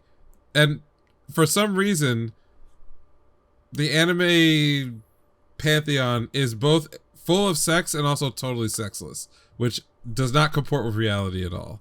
At all. Could you imagine that you had to work, like, if you were a straight male, you had to work with a lot of the women that are just out here? It would be distracting as fuck. Doesn't mean you can do anything, but it would be, you could not talk about your life and also leave that part out. That it's like, yeah, I'm surrounded by 9s and 10s, titties out all day. I'm just supposed to be like over here minding my own business. Like, it's hard. Likewise, some of this is some absolute beefcake smoke shows. If you were into the other side, like, it's right there in front of you. Tell me, like, you'd be running away from the dick, just run away from it. That doesn't happen in real life. It does not happen. It really doesn't. Anyway, my rant is over about that. Well, I mean, listen, I'm still enjoying it. It's doing the exact same thing that it was doing in the first season. So Yeah, I don't really have much to critique on it. Okay. 7 sword spells, swords. Yes. Things. Demented Hogwarts continues. Yeah. So I think I'm definitely looking forward to watching every week because it is the show I know the least, or I could predict the least of its direction or even what it's going to present on a weekly basis. I think the last time we talked about it, we were around episode 3. Yeah. And the content with like the of episode, pet class thing. Yeah, there was like stuff with like animal. Well, no, that's episode 4. So 3 was pretty much about getting to know the dungeon or whatever it's called, the labyrinth that will swallow up the school at night or somehow gets connected to the school at night. And they get lost in there or something. Right, and then they ran into some upperclassmen who were much stronger than them, and they both it was not totally clear, but my guess is that there's some kind of recruiting or sacrificing that happens where like if shit goes down a labyrinth, you're just cooked. Like, are the 2 main characters the samurai girl and the dude Oliver, the protagonist? Oliver and Nanao are the 2 probably most plot relevant primary characters, but they are, and I guess in a way what we've learned in the first 5 episodes would imply that both of them kind of have a similar backstory. Oliver very clearly I think he was like fighting in a war. And then he was like really, really good. And then his mentor from like, you know, whatever that thing he was involved in was like, you need to go become like a normal. I thought he was sent there on a mission. Well, I think he's there to kill people that may be related to things that happened to him. As a result of that, and that he's being helped by this individual because there's a character who keeps showing up who's like in disguise, who's his shadow, who's helping him out, like, you know, in whatever he's trying to do here. And I don't know if it's straightforwardly a mission or if there's some like altruism involved. I don't know. It's hard for me to tell, but he has a secret identity. That's really the main point, is that his actual backstory is not being properly communicated to any other character in the series. Nanao has been kind of like, I think she's similar because she did fight in a war. She says it. She's got the scars to prove it, and then has leveled with her classmates about what happened to her. And we actually see the scene where she, and again, this is the whole thing about this series. Let me just step back a second. It's Hogwarts plus like there's another series I'm thinking about where it's a very similar premise, but like, you know, secret agent wizard assassination classroom plus straight up Japanese samurai. Like a story about that, and they're all jammed all these ideas are jammed together, and you don't think it would work because specifically Nanao seems totally out of place as both a character archetype, characterization, because she literally is from the country of, or the continent of Asia with a Z, and therefore doesn't know anything about this like fantasy land and its politics and its, you know, rules and its powers. It's just that she definitely has magic because her hair turns white and that she becomes a killing machine. So that is something that in this other place is recognized, the white hair part is recognized as like a sign of like supreme magical power. But as far as like doing the wizardy shit, she's really bad at it, like horrible. So that's not even her final form, basically. Clearly not. But she, as a character, is very open about the fact that, like, I come from somewhere else. I don't get what any of this shit is. I just want to fit in and, like, have a different life because I was a killing machine on the battlefield and somebody from your world or your side scouted her or something. Yes, literally in the middle of a battle after she cut a dude's head off. It was like, wow. Because, you know, the trope of, like, if you ever watch like Sengoku period stuff where like the Satsuma swordsmen are like, oh, I'm gonna take the head of the enemy general. Like in Drifters, like the main character of Drifters, whatever his name is, she is like, she's him, basically. Like a dog of war that will just like is incredibly powerful and that's is obsessed the guy that with, he has like the red pauldrons or something in Drifters. Yeah. I forgot his name, so her character is that she is just a weapon you point in a direction. Her country or people didn't really care about her. They were just like, all you want to do is fight and die. We'll give you the opportunity to fight and die. Take enemy generals' heads, and she's really good. There's a funny, actually in episode 4, there's a funny flashback where you're seeing how she gets recruited to come to the academy and who recruits her. But it's a battle where she goes after the general knowing that it's like a suicide thing, but it's like, oh, I'll get honor if I take the head of the enemy sword expert who is a general's son. And so she kills a guy on the way. The general's like, we will do, instead of having, 80 people like fight me, I'll fight your champion. And then whoever, if I win and then you guys surrender, whatever, only to realize she had killed that guy in one stroke right before. Like she fucking beheaded him, and it was like, oops. Okay. I already did it. And she was about to be murdered, and then she's rescued by a powerful wizard who was visiting. I was like, ooh, I see your white hair. I see what you just did. You shouldn't die on a battlefield like this. I'll give you a different life if you come with me. Oh. Do they all have sponsors to be in that school? Some of them come from families. Some of them are very talented. Some of them are placed there by powerful people. So it's like a mix of everything. So you're getting a lot of like tropes from other series like this because the group of friends are very diverse. They all have kind of a different, like there's like the noble girl, there's like the hardworking, kid from a farm, there's the bookworm who was a commoner but got in because he's smart, you have the animal rights activist, you have the super soldier secret agent, and then you've got the samurai from another country. So like as a mix, it doesn't make any sense. Like there's not, if you just looked at this, that description is like, that's kind of all over the place, especially given that the environment that the story's taking place is actually very homogenous. Like it's a lot of Harry Potter shit, like that's what it is. So to stick this group of characters together, it would feel forced. The only thing is that the personalities of all the main characters and the supporting cast are not that different from each other. They're all pretty open-minded. They're all kind. Like the noble girl is not like like doing any of that shit. She's actually very conscientious. She's actually very conscientious and intelligent, emotionally aware.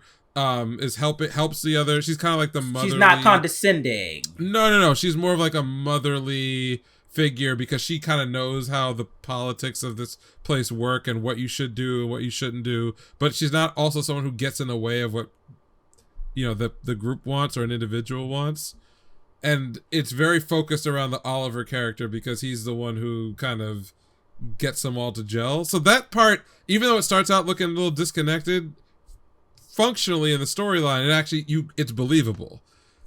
Oliver's relationship with Nanao is cute because it's very clear that like, it's a literal make cute with them, where the extra sauce is that Nanao interprets what are kind of normal human feelings of like compassion, emotion, even romantic feelings. No, even that, her litmus test is whether she would want to die in a battle with that person. Oh. So it's like there's multiple episodes that are dedicated to the fact that she wants to get in, like, not in a funny way, in a very legitimate, straightforward, I want to have a death battle with Oliver because that is the only way that I can feel the way that I could justify what I am feeling, is a battle to the death. Obviously that is unhealthy and everybody recognizes that is unhealthy. And so they spend a long time trying to get through to her that, no, you're just having like normal human emotions. It's not, it's not a death battle. Like admiration, fondness. Right. Yeah. Even like, teenage romantic feelings, like that doesn't, you don't need to kill or be killed in order to justify that feeling, which she is genuinely confused by that for a while. Like, am I being rejected because this person doesn't want to kill me? Like, that's interesting though. Yeah, it's a framing that is not, it's not like, groundbreaking or anything, but like the fact that it's just shoved in here and they spend a lot of time on it. Like, and there's really no other competition this season like this. I don't know if I've ever seen a show like this, because I didn't even get to, like, so in episode 3 it was all about them learning about the underground, and the beginning of 4 is the kind of resolution of that fight where you finally meet a lot of the upperclassmen and you realize, like, yeah, it actually is really fucking dangerous to be here, because one girl it uses like a permanent seduction haze in order to brainwash people, which she then uses for human experiments to create like homunculi, and that's just accepted. Everyone just knows that this is what she does. If you get caught by her, you get caught. Yeah, you're just done. They forget it, right? She has all these people who will die for her because she's got, like, you know, them under her thrall. She uses them. Nobody cares. Then there's another guy who's a necromancer who definitely is killing people for their bodies. Like, straight up using them as, like, to use fuel. them. Yeah, and like necromantic shit. And so they all got eyes on the main party when they fell into the underground. They've been looking for them. And then right when shit looks real bad, when Nanao's basically gonna commit suicide to give them everyone a chance to escape, the other upperclassmen show up, who at least nominally are there to keep the peace. So you meet some other characters with other interesting abilities, but it's not totally clear if they're all on the up and up. And I was like, okay, that's a neat development. I like where this is going. We've added some edge to what's going on, because before we've basically talked about what is the threats of things that you've been told could happen. Now you see the act. Like, I think somebody gets killed or sacrificed, I don't know, in like that little fight. But really, there's actually some production work done in episode 4 to give us a really cool fight scene, because I was wondering, where is the budget for this show? It's a lot of like composite, like CGI, hand painted or over painted stuff. The main characters are animated pretty well, but they don't have to do very much. Well, we get a Coliseum scene, which since you've not watched, I will not totally set it up, but the end result is a fight with a Garuda creature that's under mind control to kill nobles. And when I say mind control to kill nobles, I mean they slaughter probably about 30 people in this fight. Oh, like hard body. Like, you see, like, well, so that's one thing that I saw about the show when the first episode dropped. I saw people wondering. They were like, this series is really dark, and like I didn't get that from the first episode. Or like, people who were anime only said that friends had recommended them the series and they said that it was really dark, but they didn't get that from the first episode. Clearly they are having no problems going down that path. So what I like about it, and we'll talk maybe a little bit about what made that fight scene, which is long. It's probably about 10 minutes, and it kind of bounces out of like active combat between people and then different groups who are on different areas of the arena or the grounds where the arena is happening, doing other things. So one thing that is very good about this series in its dark undertones is that it's actually a very lively and bright looking show.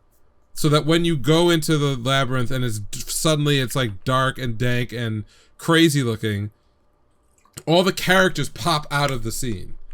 You know, bright hair, bright everything else. The effects are very bright.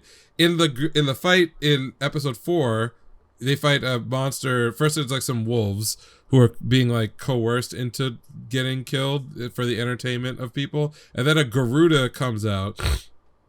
Bright orange bird, humanoid creature. They animated. It's CG animated, but it's CG animated in a way that it's mostly when it's moving very quickly, and there are places where the shading of it very much looks drawn, and there's other parts that are definitely drawn. And so the compositing was, I wouldn't say it's like perfect, but for what I was thinking the budget of the show was, they managed to find an action choreographer that made that shit look good. Like, my favorite sort of non like mainstream series that had great fight animation despite like not getting a lot of attention was Tacked Op, right? Because I thought that if you ever go back and watch the fights they're fucking fantastic, and there is a fair amount of like CG compositing, but where it's obvious, it's done to like make the creatures look a lot more alien.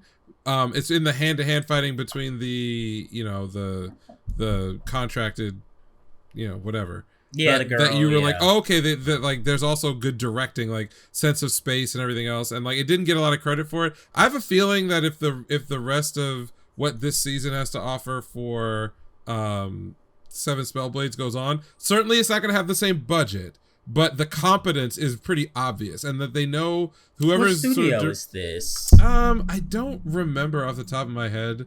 It was I think under. If you look at it, if I remember right, I know like JC Staff is the top, but they're not actually. It's like a huge consortium, so I don't know actually. Okay. I don't know who's doing all the work. That's why it was confusing when I had first seen it, because I'm like, this is a very high concept piece, and like JC Staff does a lot of different shit. Some of it's very good, some of it's not.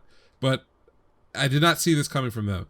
But as the fight goes on, there's some really clever understanding about the way magic works. We discover that our main characters are actually not overpowered. Like, they have to think to get through, you know, this trial. They managed to, I won't say redeem, but like make use of some supporting characters who in another context would probably just get killed off for like either the shock value or and for also, like karmic I'm reasons. looking at the promotional material, and there aren't 7 of them. Yes, that's right. So there's definitely a twist coming with that. Yeah. Okay. Yes. I mean, like what was set up in the end of episode 1, my presumption was that the goal is for Oliver to kill the 7 Spellblades. Like, because those are the people who reign over the institution. They're like the what do you call them? Well, whatever. I don't know. I have no idea. Oh, so his group won't become the 7 Spellblades. I don't think so. Those will be the antagonists. So it could go either way. So he's there at the university, I think, to kill some of the professors, some of whom are the Spellblades, but they say in episode 1, no one knows who any of the Spellblades are. Just that each is recognized for having a type of magic that nobody else can do. And so at the time they say there are 6 and that there's a 7th that nobody knows about. The implication is that Oliver is the 7th. But we don't know if that's true or not. And that he's there to kill the other ones. Or somebody. You know, like, it's not clear. I don't know. If it turns out that like it's dumber than that, or it's not executed well, then I'll be irritated that they wasted my time with that kind of like teasing of the plot. If it turns out everything that you've said so far sounds really interesting, though. That's what I'm saying. So I have not. There are more questions than there are answers at this point, but I'm actually engaged in the story. So my feeling about it as I'm watching it is they haven't fucked up yet. They've actually introduced a lot of interesting stuff that cannot be resolved easily. Like there's this plot going on with the animal rights girl. Who is clearly getting manipulated slowly by another character. And the question is, does this plot end with her having to kill the ogre that she's befriending, or something more horrifying? Because it does not feel like it's something that's going to end with, because she already got attacked once, and then people want to kill it because it attacked people. She's like, no, don't kill it. It's a sentient being with human rights. Everyone makes fun of her. She doesn't mind debasing herself in front of her class to like feed it and interact with it and get its trust. Meanwhile, she's kind of being manipulated by another classmate who, you know, is pretending like, you know, she agrees with her politics, which by the way are actually are out of favor. Like if you say, oh, I think non-humans have rights, then you'll be ostracized, and she can't make a scene about it. So there's a lot of like detail put into this subplot, but this show is dark. So is the sweetness and light and the stuff I'm seeing on the surface how they're going to end a story like this? Or is it, you know, nefarious? Are we going to get something like mind break shit? Because they kind of tease they would do that when they kill the bugs and literally tell her that like, it's nice that you have all these wonderful morals, but this is the real world. And you got to take your responsibility for when your ideals don't line up with good outcomes for people. So how much are they going to fuck with this character? How much are they going to fuck with some of these other characters? With this revenge plot wind up in like some cool fights or some ethical conundrums? Is Nanao's like naive engagement with this like wizarding world really as vanilla on the surface as it is, given that she's probably killed hundreds of people and is probably a psychopath underneath? Like none of these things have answers. I don't know what the answer to that is, but stick the landing, because everything else is feeling good, and I don't have to apologize for anything on the show. It's like fun and interesting. Yeah, but it may not end well. That's all I'm saying. That's fine. Yeah. What else is there? You're only on episode 2 of Zom, but Yes. you can take your time with it because they skipped a week this week because they're already having production problems. Of course. My Happy Marriage. Uh-oh. That's my shit. Give it to me, double scoop, all of it. I fucking love it so much. When I tell you, this shit got me so mad. Like, I was so mad what they've been doing to this girl. Mad? Oh, what they've been doing there. Oh, okay. Oh my god. Yeah, no. Not at the show. Like, the story. And honestly, what episode? They're episode 5 now, so 6 is about to come out. What they've done in the first 4 episodes alone, how they like wrapped some of that stuff up, I was like, wow, like y'all really did that. And it's giving me Fruits Basket, but it's giving me Fruits Basket at a bit faster pace. But also, it's like the despair is just so like potent at times. But then I think I enjoy it so much, or I like it so much because I can feel like it makes me feel my feelings as I watch it. Where I'm just like, no, like get that nigga back. So do they really like kick the puppy in the show a lot? Is it just like horrible people doing more and more horrible shit? Well, so in the first episode, you're like, wow, like, yo, why are you even calling her your daughter? Like, what the fuck? So then she leaves, and then you learn how the dad, you learn what the father really thought of her. And it's like, Jesus Christ. Oh my God. And of course the stepmama and the sister are like pieces of shit. And so what the plot is evolving into now is they just wanted her gone, but the dad fucked up by doing that. So now it's not just between the fiance and her like original family. It's between another family that also is where her like childhood crush. What they did with the childhood crush in the first episode was so grimy, and I saw it coming, and I was like, if these niggas do this, I'm gonna yell. I'm gonna yell. And they did it. And I was like, oh, this is one of those shows. Like, this is one of those shows. Like, of course, the end is gonna be a happy marriage, but man, I'm feeling my feelings. Like, I want niggas to get got. Like, I want them to get got. And I'm not saying like die. I'm saying like, you know, socially ostracized, called out, held to task. Not, you know, well, maybe somebody need to die, but you know, whatever. And then there's also like the slight supernatural like yokai element to it, which is the centerpiece around why she is treated the way that she is, and you know, all that kind of stuff. So it's like feudal Japan or like middle-aged Japan or whatever with that mixed into it. And that has to go into like the class dynamics and things of that nature. So I'm loving it. Like, I'm really, really, really, really loving it. And I was going to watch it at first and be like, you know, I'll check it out. We'll see. Now we'll you're see. into it. And now I'm like dialed the fuck in. And I'm like, if anyone else hurts this girl emotionally, I'm like, I cannot believe this. Like, oh my God, y'all are evil. Y'all are evil. But the show also does a really good job of bringing characters back around from her past that we've seen in flashbacks, and like giving us updates and having them help her in the present, as opposed to like in the past when they couldn't do anything. I love it. I love it all around. It's great. I recommend it. It's on Netflix. So like, you know, it's a boom bada bam. You can easily get through it. Yeah, not bad. So again, the name was My Happy Marriage. Okay. I think, you know, as you were talking and describing, I forgot the name. I can tell you that my wife actually on her own watched the first 4 episodes of this series on Netflix. It suddenly clicked to me because I was like, she keeps saying My Happy Marriage, My Happy Marriage. Is that the name of the same show? So, yay! Yes. So she clearly likes it because she made it to episode 4. Well, what was funny is that I asked her about it, and I don't think she watches a lot of anime, and I was like, okay, what show did you watch? And she was like describing it to me. I was like, this really sounds similar because I couldn't remember the name. Yeah. And according to her, she's like, "Oh, I just watched it because it was on." I'm like, "But you did watch 4 episodes." You got 4 episodes, girl. Yeah. So she's trying to play. And she's gonna be there because they come out weekly. So she's gonna be there for episode. She probably already watched episode 5. I think so. So I'm gonna. This is a. Oh, I need to investigate. Oh yeah, it's good. It's really good. I love it so much. That's good that you reminded me that that's what it was, because I forgot, because it was on, you said it was on Netflix. It's like, yeah.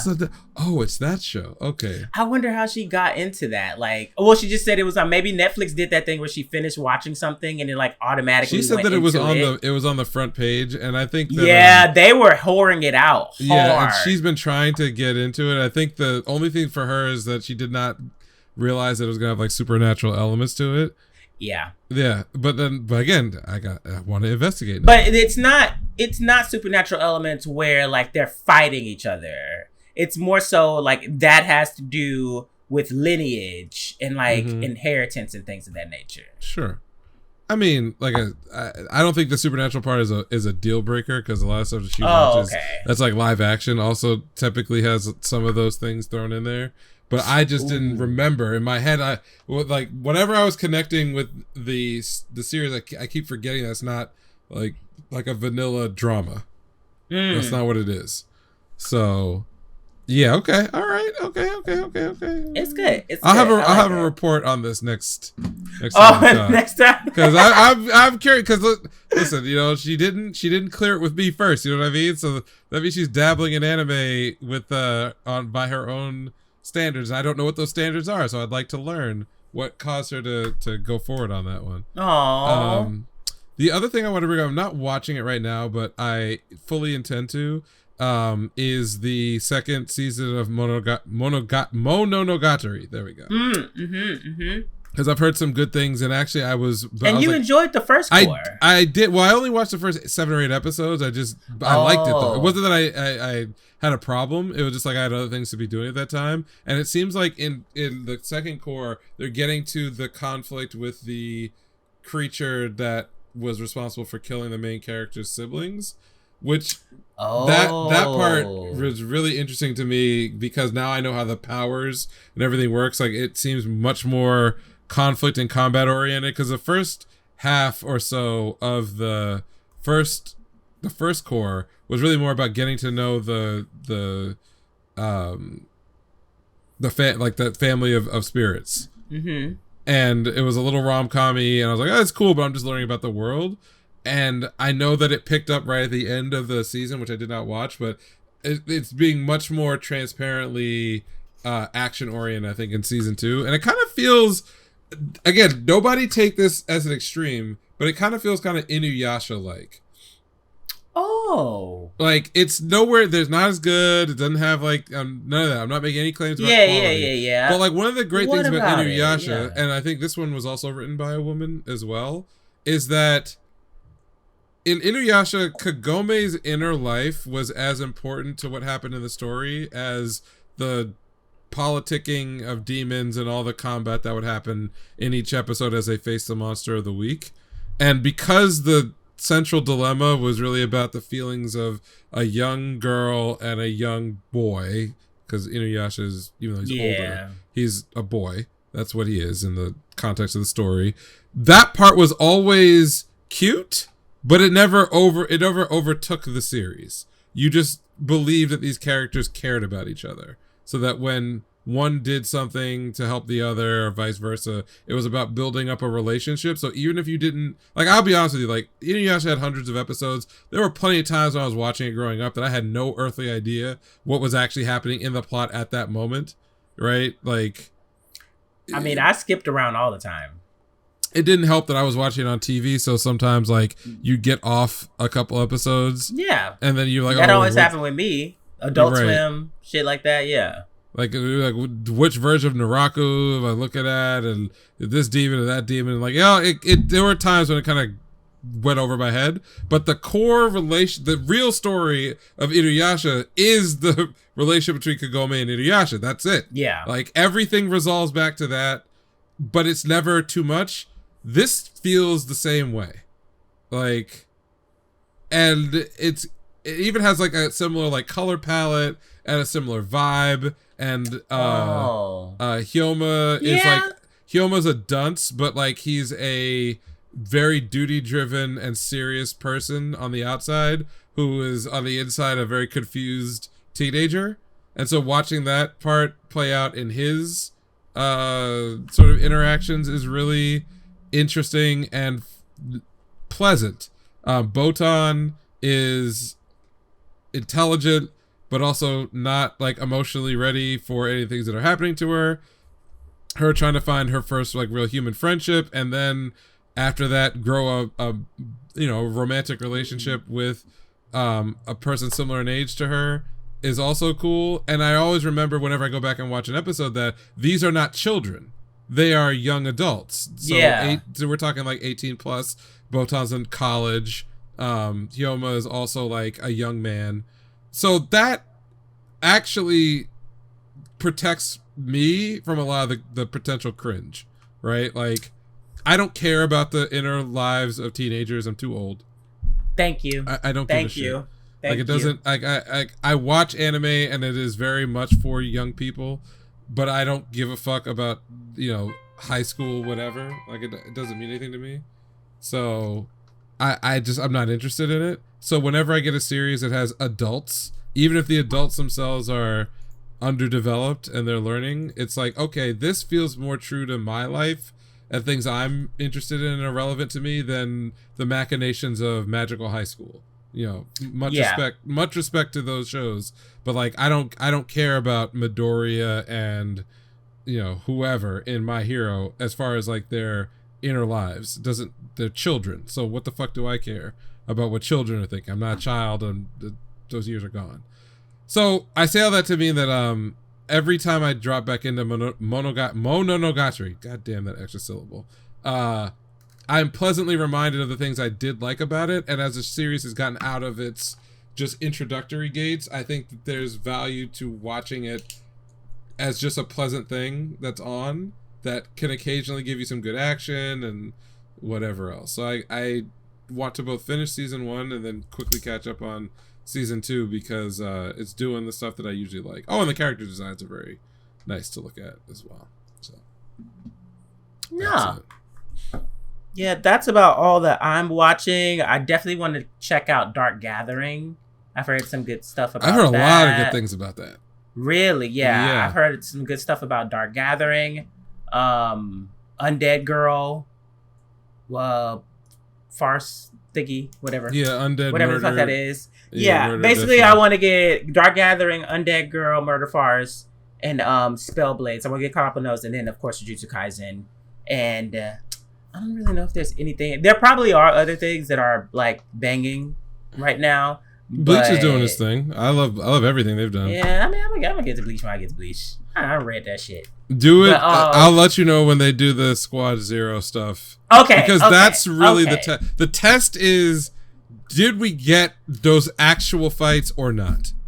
Now that's the thing though. If you say that, then I'm gonna be like, okay, I gotta break the whole schedule down. I gotta get caught up on this shit ASAP. Yeah. Do we get that? There's that fight, and then the all the stuff with Bambietta and like the girl squad where yes that was actually super interesting because if anyone Rukia hasn't had her shit yet, has she? No, she hasn't had her shit yet. Okay, no, and that's like more towards the back end of like the invasion stuff. Yeah. I like the stuff with like the Bambis because it ultimately turns the other way. Like you have these sadistic like female Sternritter, and then you don't know what their powers are, though you realize like the one can like resurrect people, and then they kind of switch sides, which then gets you Hitsugaya back, only he's older because he gets zombified, and like there was a lot of moving parts to that fight, more so than just 1v1 with some really powerful asshole. Like the Gerard fight where he just like, it's literally, my power is I'm just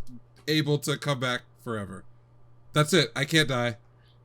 It's a cool fight, but it's like when you're reading it, I'm sure when you're watching it, it feels like a ass pull after ass pull after ass pull, ultimately ending because they decided to end it, not because like anybody did anything. Yeah. And then that superhero guy who just like that nigga was running out of time. Right. Then there was the superhero guy who could just like miracle or whatever it was called. Again, another like, we're just fighting until the plot decides the fight is over. There's that one. And then there's the guy that Kenpachi goes after, which really pisses me off because yeah. Like I loved the concept, and then the ending was basically Kenpachi deciding that the other guy could be killed by him. Because I think whatever his power, what was his power? His power was like he could change reality such that he can't die, and so. And and then he just convinced them that he could or some shit. Yes, it was something like that. And I'm like, okay, it's a fight with Kenpachi where he wins by not being stronger. Like he wins by like doing something mental. I was like, that's cool. But then the Yashiro's just gone, and then it's never explained what happened. Like, was she his Bankai or not? If she's gone, does that like what does that even mean? With like it's never explained. So there's things like that where like I know I'm already frustrated going in. But there may be some things that could be done in the anime to like reel in the gaps in the fight logic. Like maybe with the Gerard fight, they imply that there's like 2 little orbs in him that if they're destroyed, he would die. Maybe we get at least some explanation about how his power works, even if it ends the same way. The Kenpachi fight, maybe we get like some actual post explanation with the Yashiro thing and the Bankai. Like you don't have to be much. I'd be happy for 20 seconds of exposition that just puts a flag in whatever that was. They could do that. But I don't know if they will. Well, yeah, I don't know either. But we have been promised the Squad Zero stuff. Well, I mean, not in so many words, but they basically said there are fights that were not developed that would be developed. So I plant my flag on. If we get good Squad Zero shit, I'm like first level of happiness. Okay, that's like a C+. But then we still have to deal with the end. The end, I know. I'm not getting ahead of myself because I don't even think we're gonna get to that in this core. Yeah, we're not gonna get to the there are 2 more cores, right? Or 3 more, or something like that. So we're not gonna get that far, but I'm pretty sure we're gonna get to the Squad Zero because doesn't that pretty much happen? Like they do the invasion part where they have to go out, and then Yawak comes. That's right, and I think when that happens, it start the beginning of that, like when Yawa shows up. Yeah, it's the assault on the Squad Zero area, which they just it goes by so fast because it's 1 chapter and they're just already dead. No, the guy with the paintbrush, he gets like a scene, but everybody else gets like off screen, right? Because him and Yawa go at it. And he because they did show. What did they show? What the fuck was he able to do? He was able to make something when he like puts a character down. It changes like the rules of the fight that's happening. Oh, okay. Which is but I don't remember seeing the rest of them do anything. Yeah, no, they don't. They literally all get off screened, and it's like that's it. Because they go right to the last guy, and then they get to the Soul King and whatever. But like, I presume that up to that will be in this core, and then however they split up the rest of the shit, I don't care. But if they give us more, if I'm starting to say my first level of happiness with the new stuff will be if we actually get some Squad Zero interaction that was not in the manga. I'll be pleased. Next level is, do they go and flesh out some of these other fights that were like awkwardly short or handled in a weird way? Like for the life of me, I don't even remember how Hitsugaya dies. he goes. I don't, like, but I also didn't remember that he came back. So. Yeah, he goes like beyond Bankai and gets like becomes older and hot, and then he's just dead. And then I do remember that. Yeah. And then he's just fucking dead. And then right after that, Rukia, because they're like ice user, but then you find out like Rukia's ability is not actually ice; it's like absolute zero. Yeah, and like keto stuff, and then the other shit happens. But my point is like these are the areas where I remember there being gaps. So every time they fill in a gap, I kind of don't even care what it gets filled with. I do not care. Yeah, because I just remember them showing Rukia in that form, but there wasn't much of a fight. No, she activates keto and then she does her Bankai for the first time. And it's like, and the guy thinks, we've already dealt with like an ice user. You can't Freezy's like, you don't understand, like it's not ice. Well, she's like, it's not ice. And like, oh, that's actually pretty cool. Thank you for separating those two concepts with like, because they were kind of overlapping characters. Her like dance of the chameleon or whatever just freezes people. Like, well, we already have someone who freezes people and he's cooler. But it is doing its thing now. I watched up to episode 4, not watched episode 5. I think it's really, really good. Production's fantastic.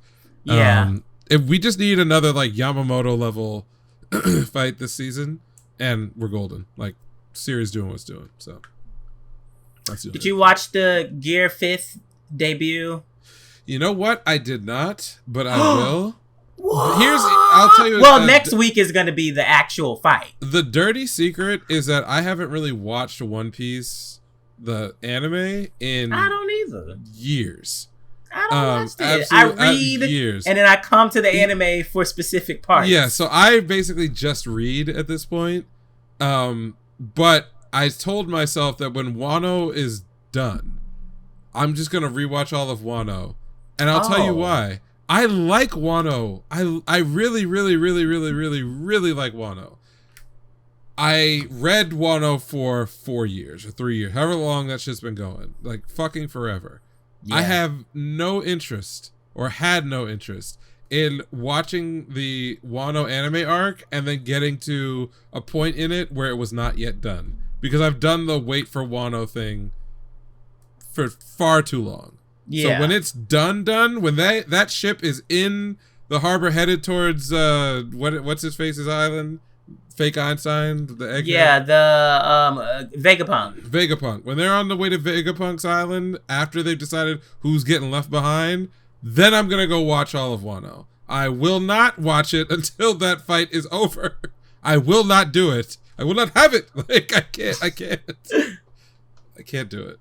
But I will. Well, I enjoyed it, and of course, a lot of dummies are complaining. It's like, oh, you hyped it up. It wasn't even that. Blah blah blah. It's the beginning.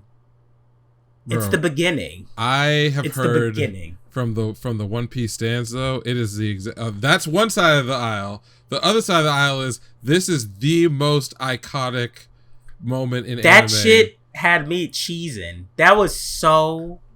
It was perfect. It was honestly perfect. I bet it is. I think both sides need to fucking chill out. Okay, Drums of Liberation was sick in the manga. Yeah, that shit was sick.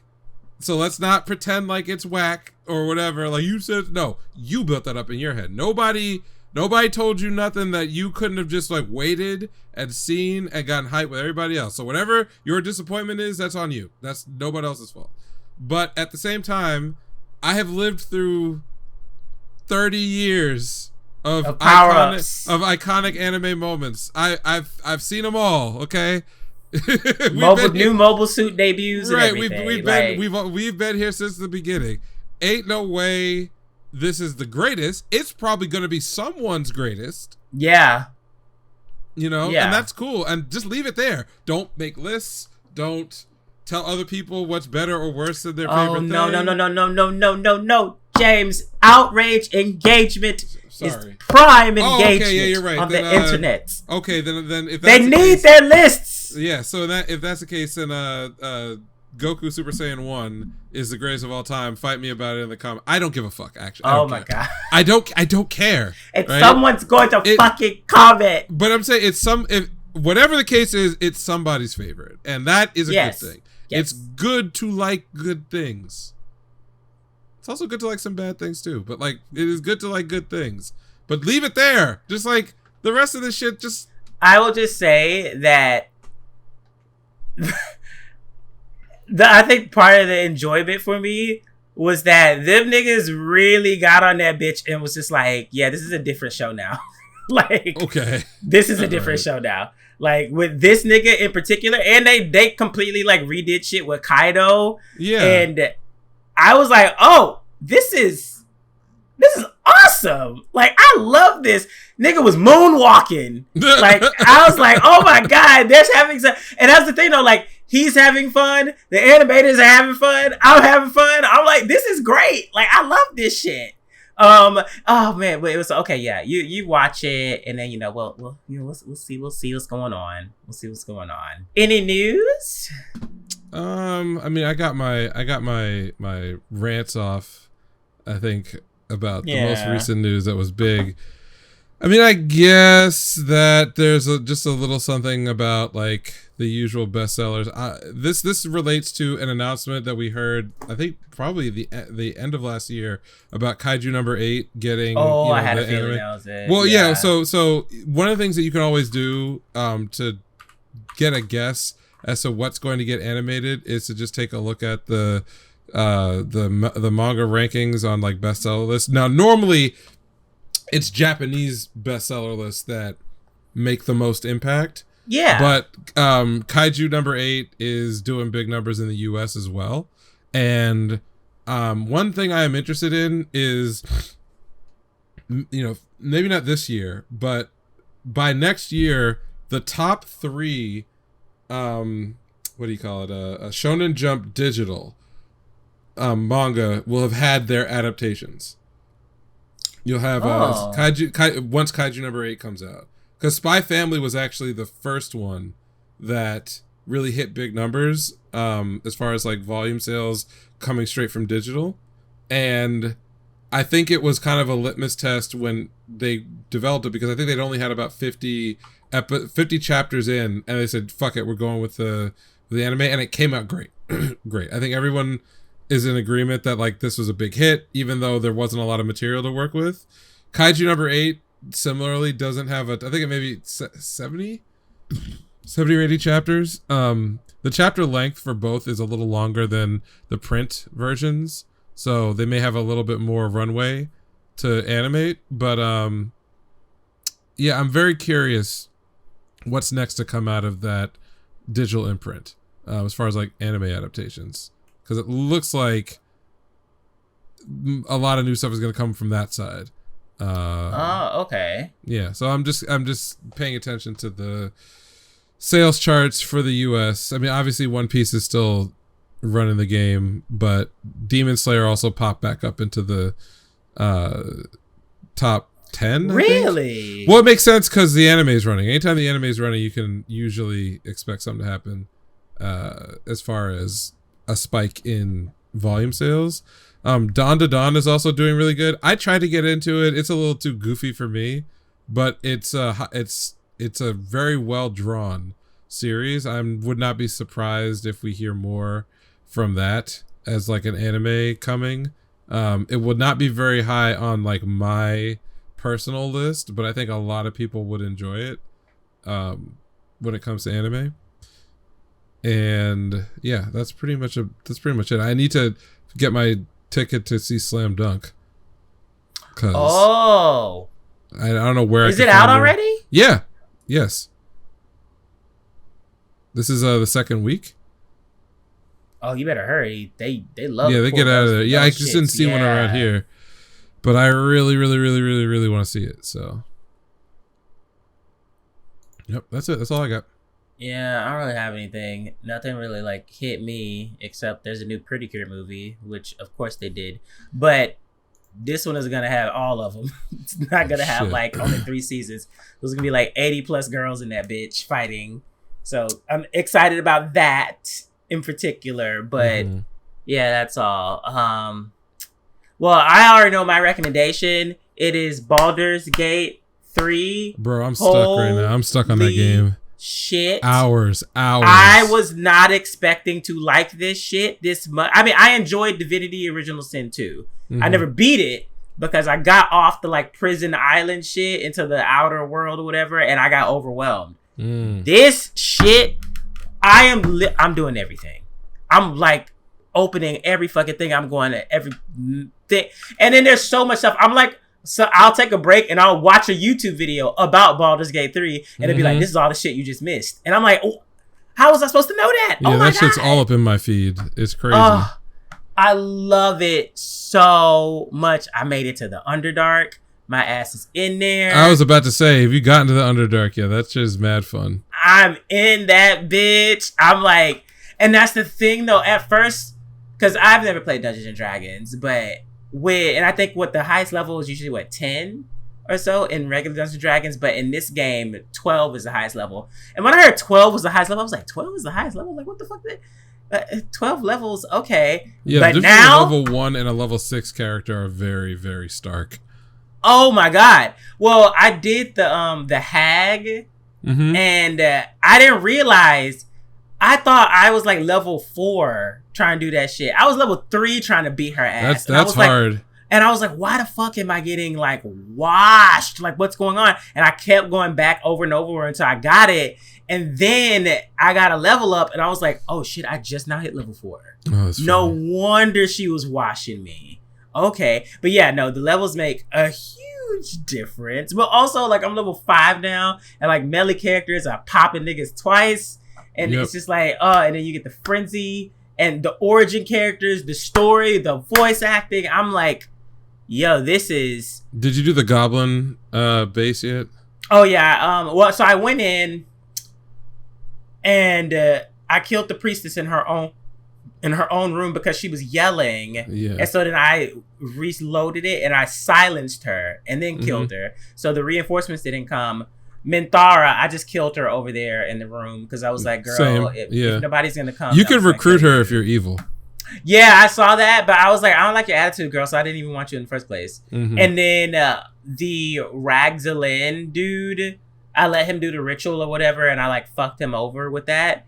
And eventually I was like, all right, I guess I just have to kill you because there are no other dialogue options coming up. And then after that, I had to clear out the entire fucking base. That's basically what I wound up doing, though I didn't even bother silencing Rockgut. I just got like a crazy triple crit on her back and just killed her. Yeah, because I'm going Paladin Warlock and...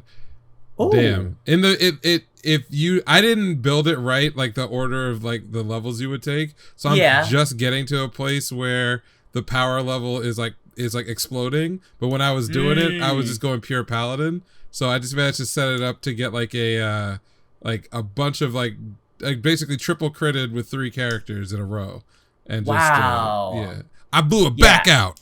I didn't do that. Astarion stabbed her in the back and did like nothing after the silence, and I was like, okay, well, you always did next to nothing. After a while, like, I'm seeing the power growth in all of my characters. Like, it's like steady, but it's so satisfying. It is at the same time where I'm just like, yo, nigga, like, you're actually like fucking niggas up now. Like, I love this. I'm getting more the green armors and shit actually mean things. It's not just, oh, you have a higher number. It's, oh, how does this fit into your kit?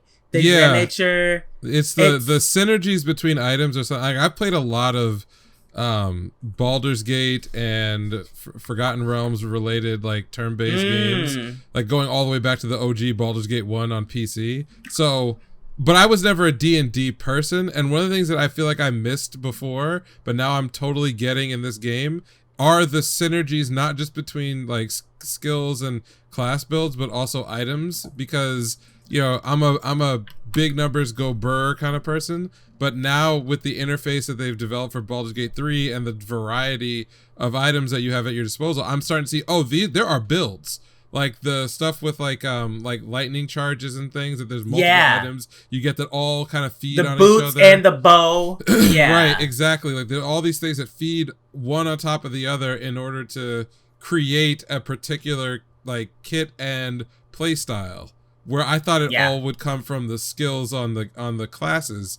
Obviously not. No. Yeah. And I just didn't. It was just something like I didn't pay a lot of attention to prior, and now it makes sense to me. I'm really enjoying building the characters. I'm really enjoying like trying to wrangle my way in and out of story beats. There's one thing that you probably have not done because it's at the beginning, or it's an optional thing you can do in Act 2 related to Lae'zel and the Kresh, the Githyanki stuff, which I want to I'm not even using. I have her in the camp, but I'm not using her. The Kresh at the oh wait, no, not the It's Kresh, in the mountains. It's in like I didn't take the mountain route then. Okay. Yeah. So I did that, and now I beat that part, which is a story. You don't have to do it. You could just take the route and go where you need to go. But if you go a different path, you follow the Lae'zel story about like the getting the thing taken out and all of, stuff happens. But there's a very specific finale to that that quest line where I didn't know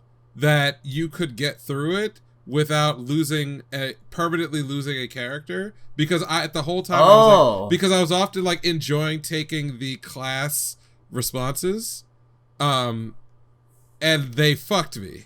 And so it was the first time that I was playing that I was like, I know Baldur's Gate, I know Forgotten Realms stuff. There's always like the right combination of like sneaky dialogue options to do the thing that you want to do. And so I just said, okay, let me just like go forward on a thing I normally wouldn't click through to see if I get to a different place. And I did. And I got to a story beat where the dialogue options plus what my character was able to do let me avoid the scenario I did not want to have happen. Like, I don't mind like going down a bad path. I just did not want to lose a character at that point. Yeah. And I did not look up a guide. I didn't do anything else. I kind of felt my way through it.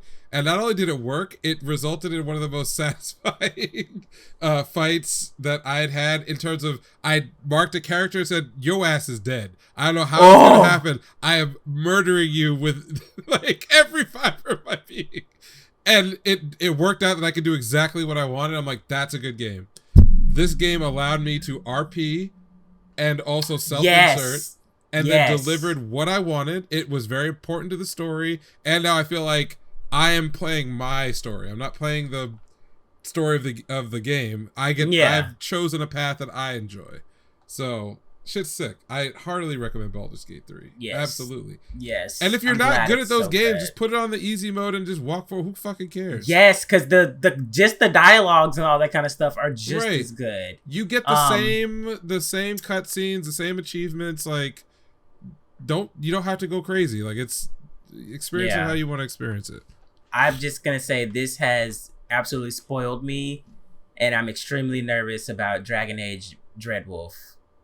But you know what makes you even more nervous is all the developers who came out and were like trying to cover their own asses. Made whining. You can't expect this from us. You have all the money. The customer is always right. Fuck you. You have all the money in the fucking world, bitch. This is an indie studio not indie, but privately owned studio. Right.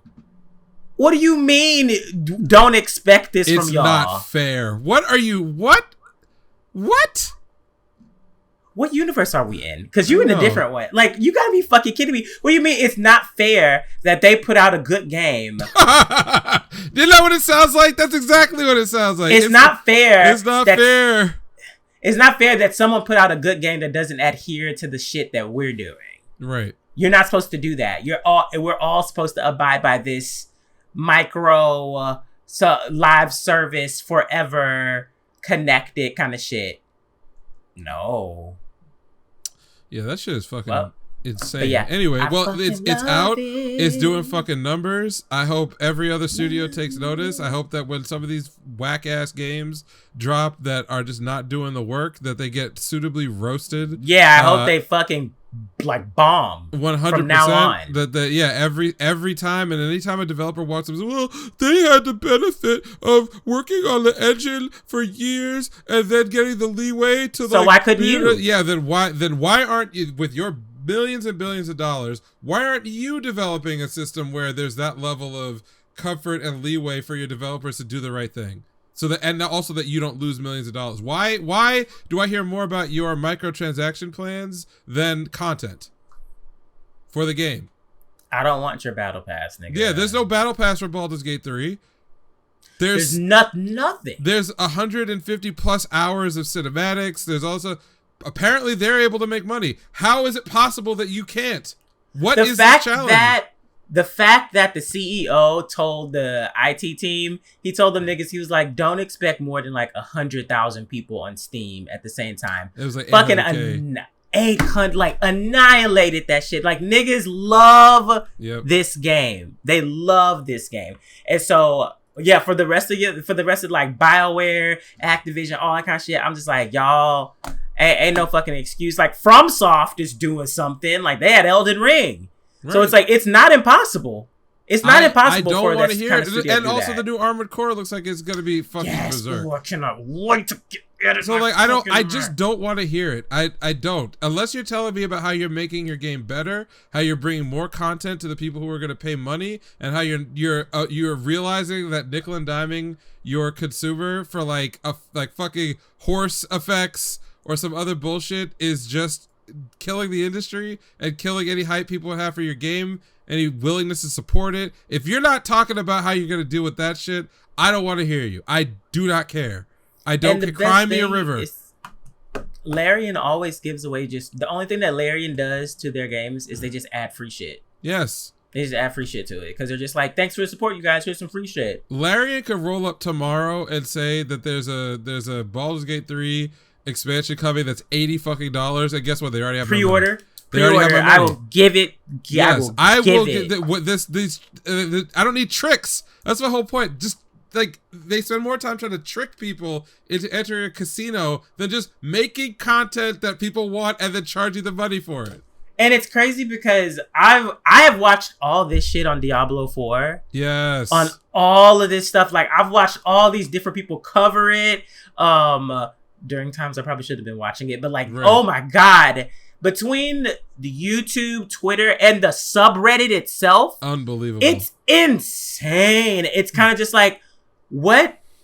Why didn't you just take everything that was working with 3 billion-dollar franchise, put it in 4, improve upon it, and add some more story? Like, what crazy? Are you niggas doing? They have stuff in Diablo Immortal, the free-to-play bullshit game, that's better than what's in Diablo 4. What? Yes, the open world and engagement. Like if you, I don't know, like there's a lot of stuff that's in Immortal that would just like, they're good concepts, but they're only in Immortal. They're not in 4. They're adding a new class to Diablo Immortal. That's not gonna be. They even said it's probably not gonna be a Diablo. Like, what the fuck are you doing? What are you doing? The horse doesn't work. How does the fucking horse not work?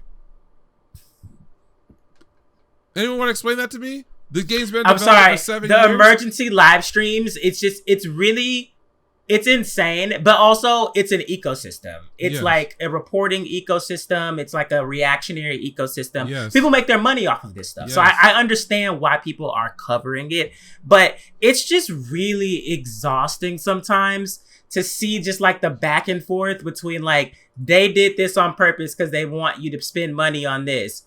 Oh, we're going to apologize. Oh, you guys, they did the right thing. Oh, actually, we aren't going to do everything that we told you we were going to do. Yeah. You guys. Why is it taking minimum 6 months for resistances to work in the game? 6 months. Why did they nerf the base game just to get people to play the battle pass? Well, according to them, that wasn't the reason. It was just a byproduct of them being. It's like, so you're evil or you're incompetent. Yeah, and I think it's both. Yeah, it might be both. It probably I think it's both. I think it's both.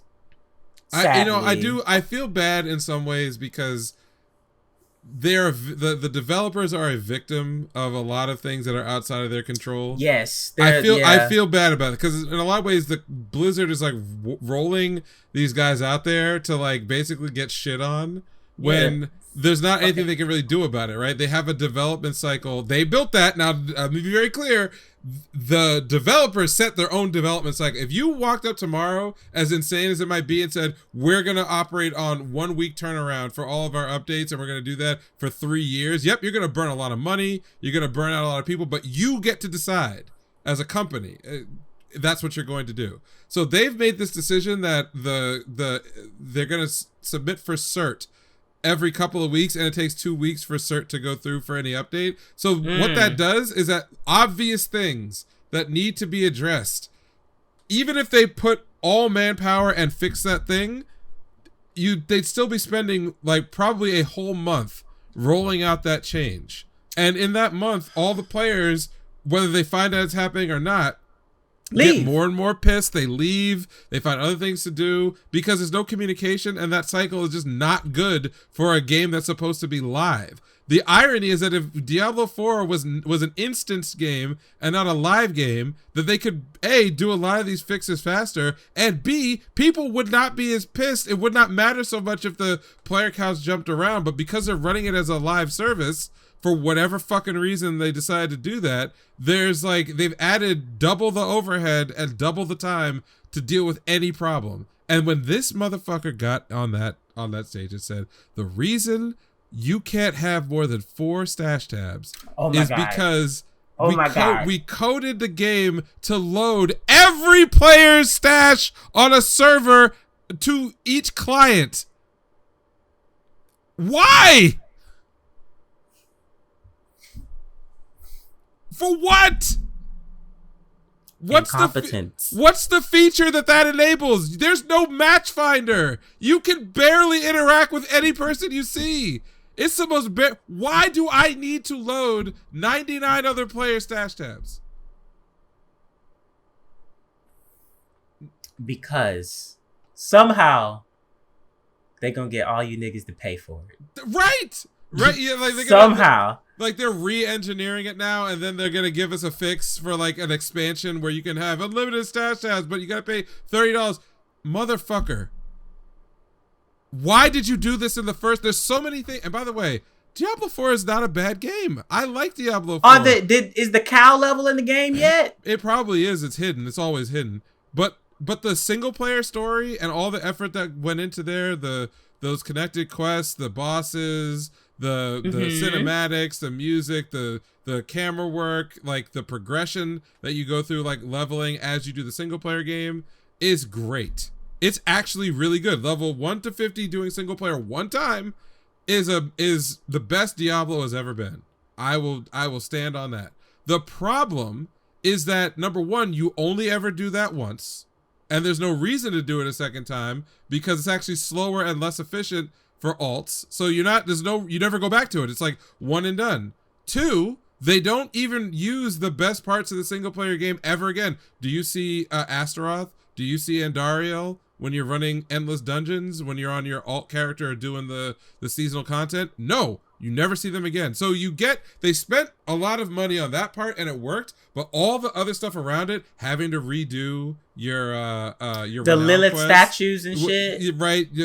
Having to redo all the strongholds, having to redo every side quest so you can unlock renown level 5 so you can get all those bonuses. Wait, you have to redo all the side quests? You have to. They will give you credit up to level 3, and then you have to do enough renown, which is about 3,000, to fill it out. So you keep all the bonuses from the Lilith stuff, yes, so you don't necessarily have to go and find those, but you have to run to every zone again. You have to do enough quests to get. And the bottom line is that they thought, for some reason, that people would enjoy doing a lot of that shit over. My brothers and sisters in Christ, absolutely not. It is just a chore at that point. It's a chore. Right. And the other side of it is, and you can tell because they got caught flat-footed, is that they did not put enough content into season 1 to justify the toil that you have to go through. They thought that people wanted to do these quests a second time. So if you add up all the quests plus the seasonal content that they did make, maybe that's like enjoyable for somebody. No, motherfucker. If I never want to see that shit ever again because it's all the same thing. Go to marker A, kill a thing, then run around to a zone where you have to search for a particular mob or whatever else. Go in there, kill 30 or something. No, this is not World of Warcraft. We're not hunting bat ears. Nigga, this is Diablo. There should be 3 things that you should be obsessed with. Showering us with loot. Yes. Showering us with opportunities to kill large numbers of monsters at the same time so you feel really, really powerful.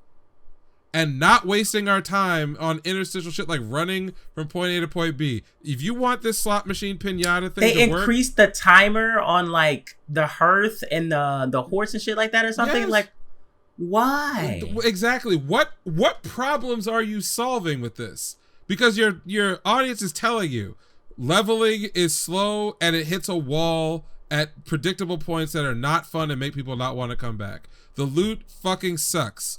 6, whatever uniques, when it really comes down to 1 per class, What are you niggas could build this shit in their sleep.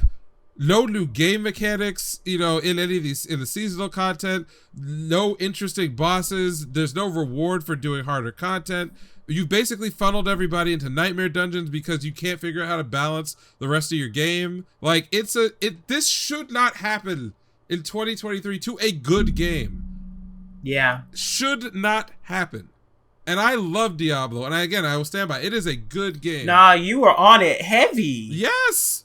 Well, you still. I had you on there a few times. Yeah, I had recently. A maxed out character on the preseason. I got like a pretty high level. But the thing is, I should want to be diving into this game more and more.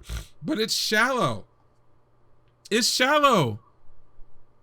Everything is walled off and sealed out, and you can't do any interesting shit that's out the box. There's nothing to work for. If I go and kill the hardest boss in the game, you know what? I don't get any better loot than if I was just clearing dungeons. What? What's the point? Yeah, if you kill Uber Lilith, you don't get anything special. There's no special items that have different drop rates. You're not gonna get. Yeah, she doesn't have like a higher drop rate for like no. No, and I'll tell you the reason why, and then I don't want to like belabor this whole thing. The reason is that in corporate game design, there's a ratio, and it's the amount of money that you spend to create some content versus the number of people who want it and will experience it. And back in the day, I'm an old person, and Jordan, you could probably attest to this as well. Games were often designed for the people who were most interested in playing, beating, and understanding that game.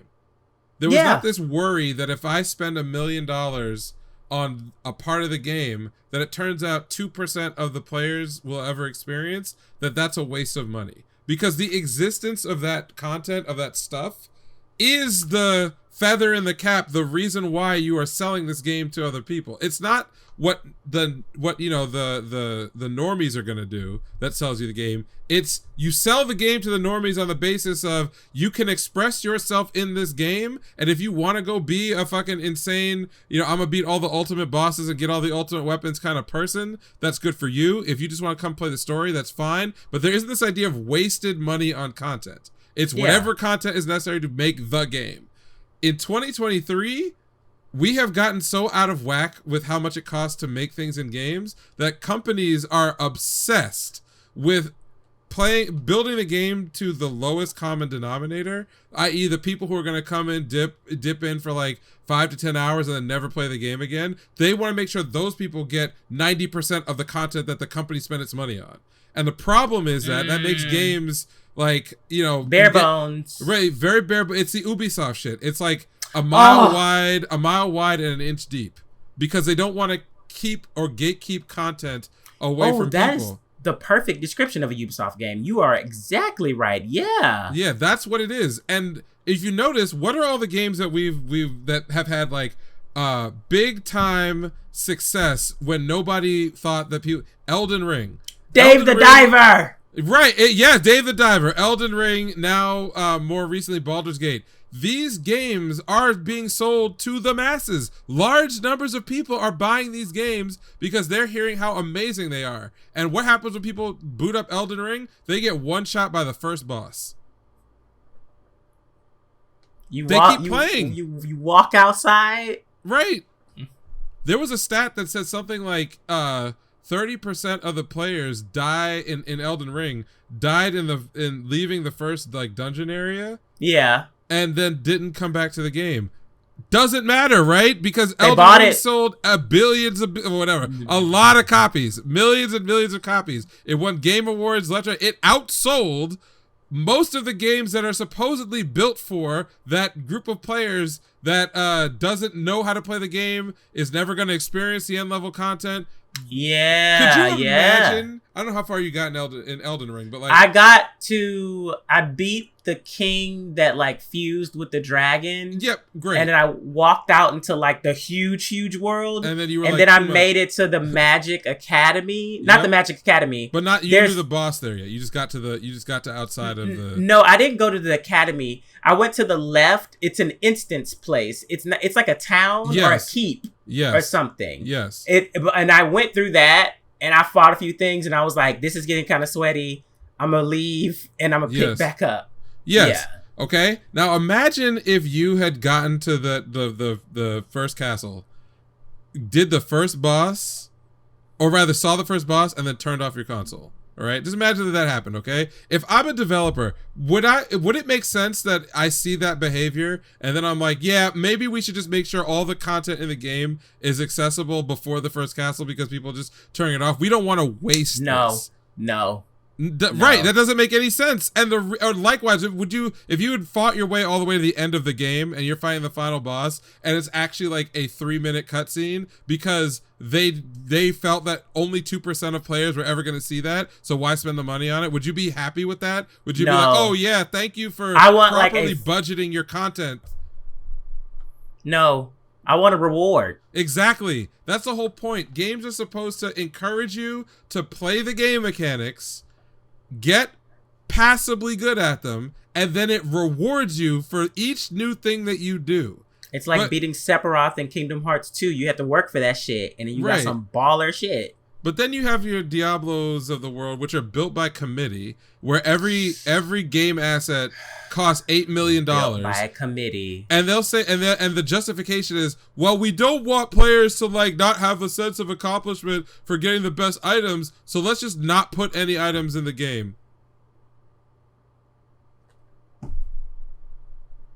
Or you could just put a shit ton of items and make it right. power. Why aren't you like in Baldur's Gate 3? I'm just at the beginning of Act 2. I have come across so many items, so much content that I can't use, won't use.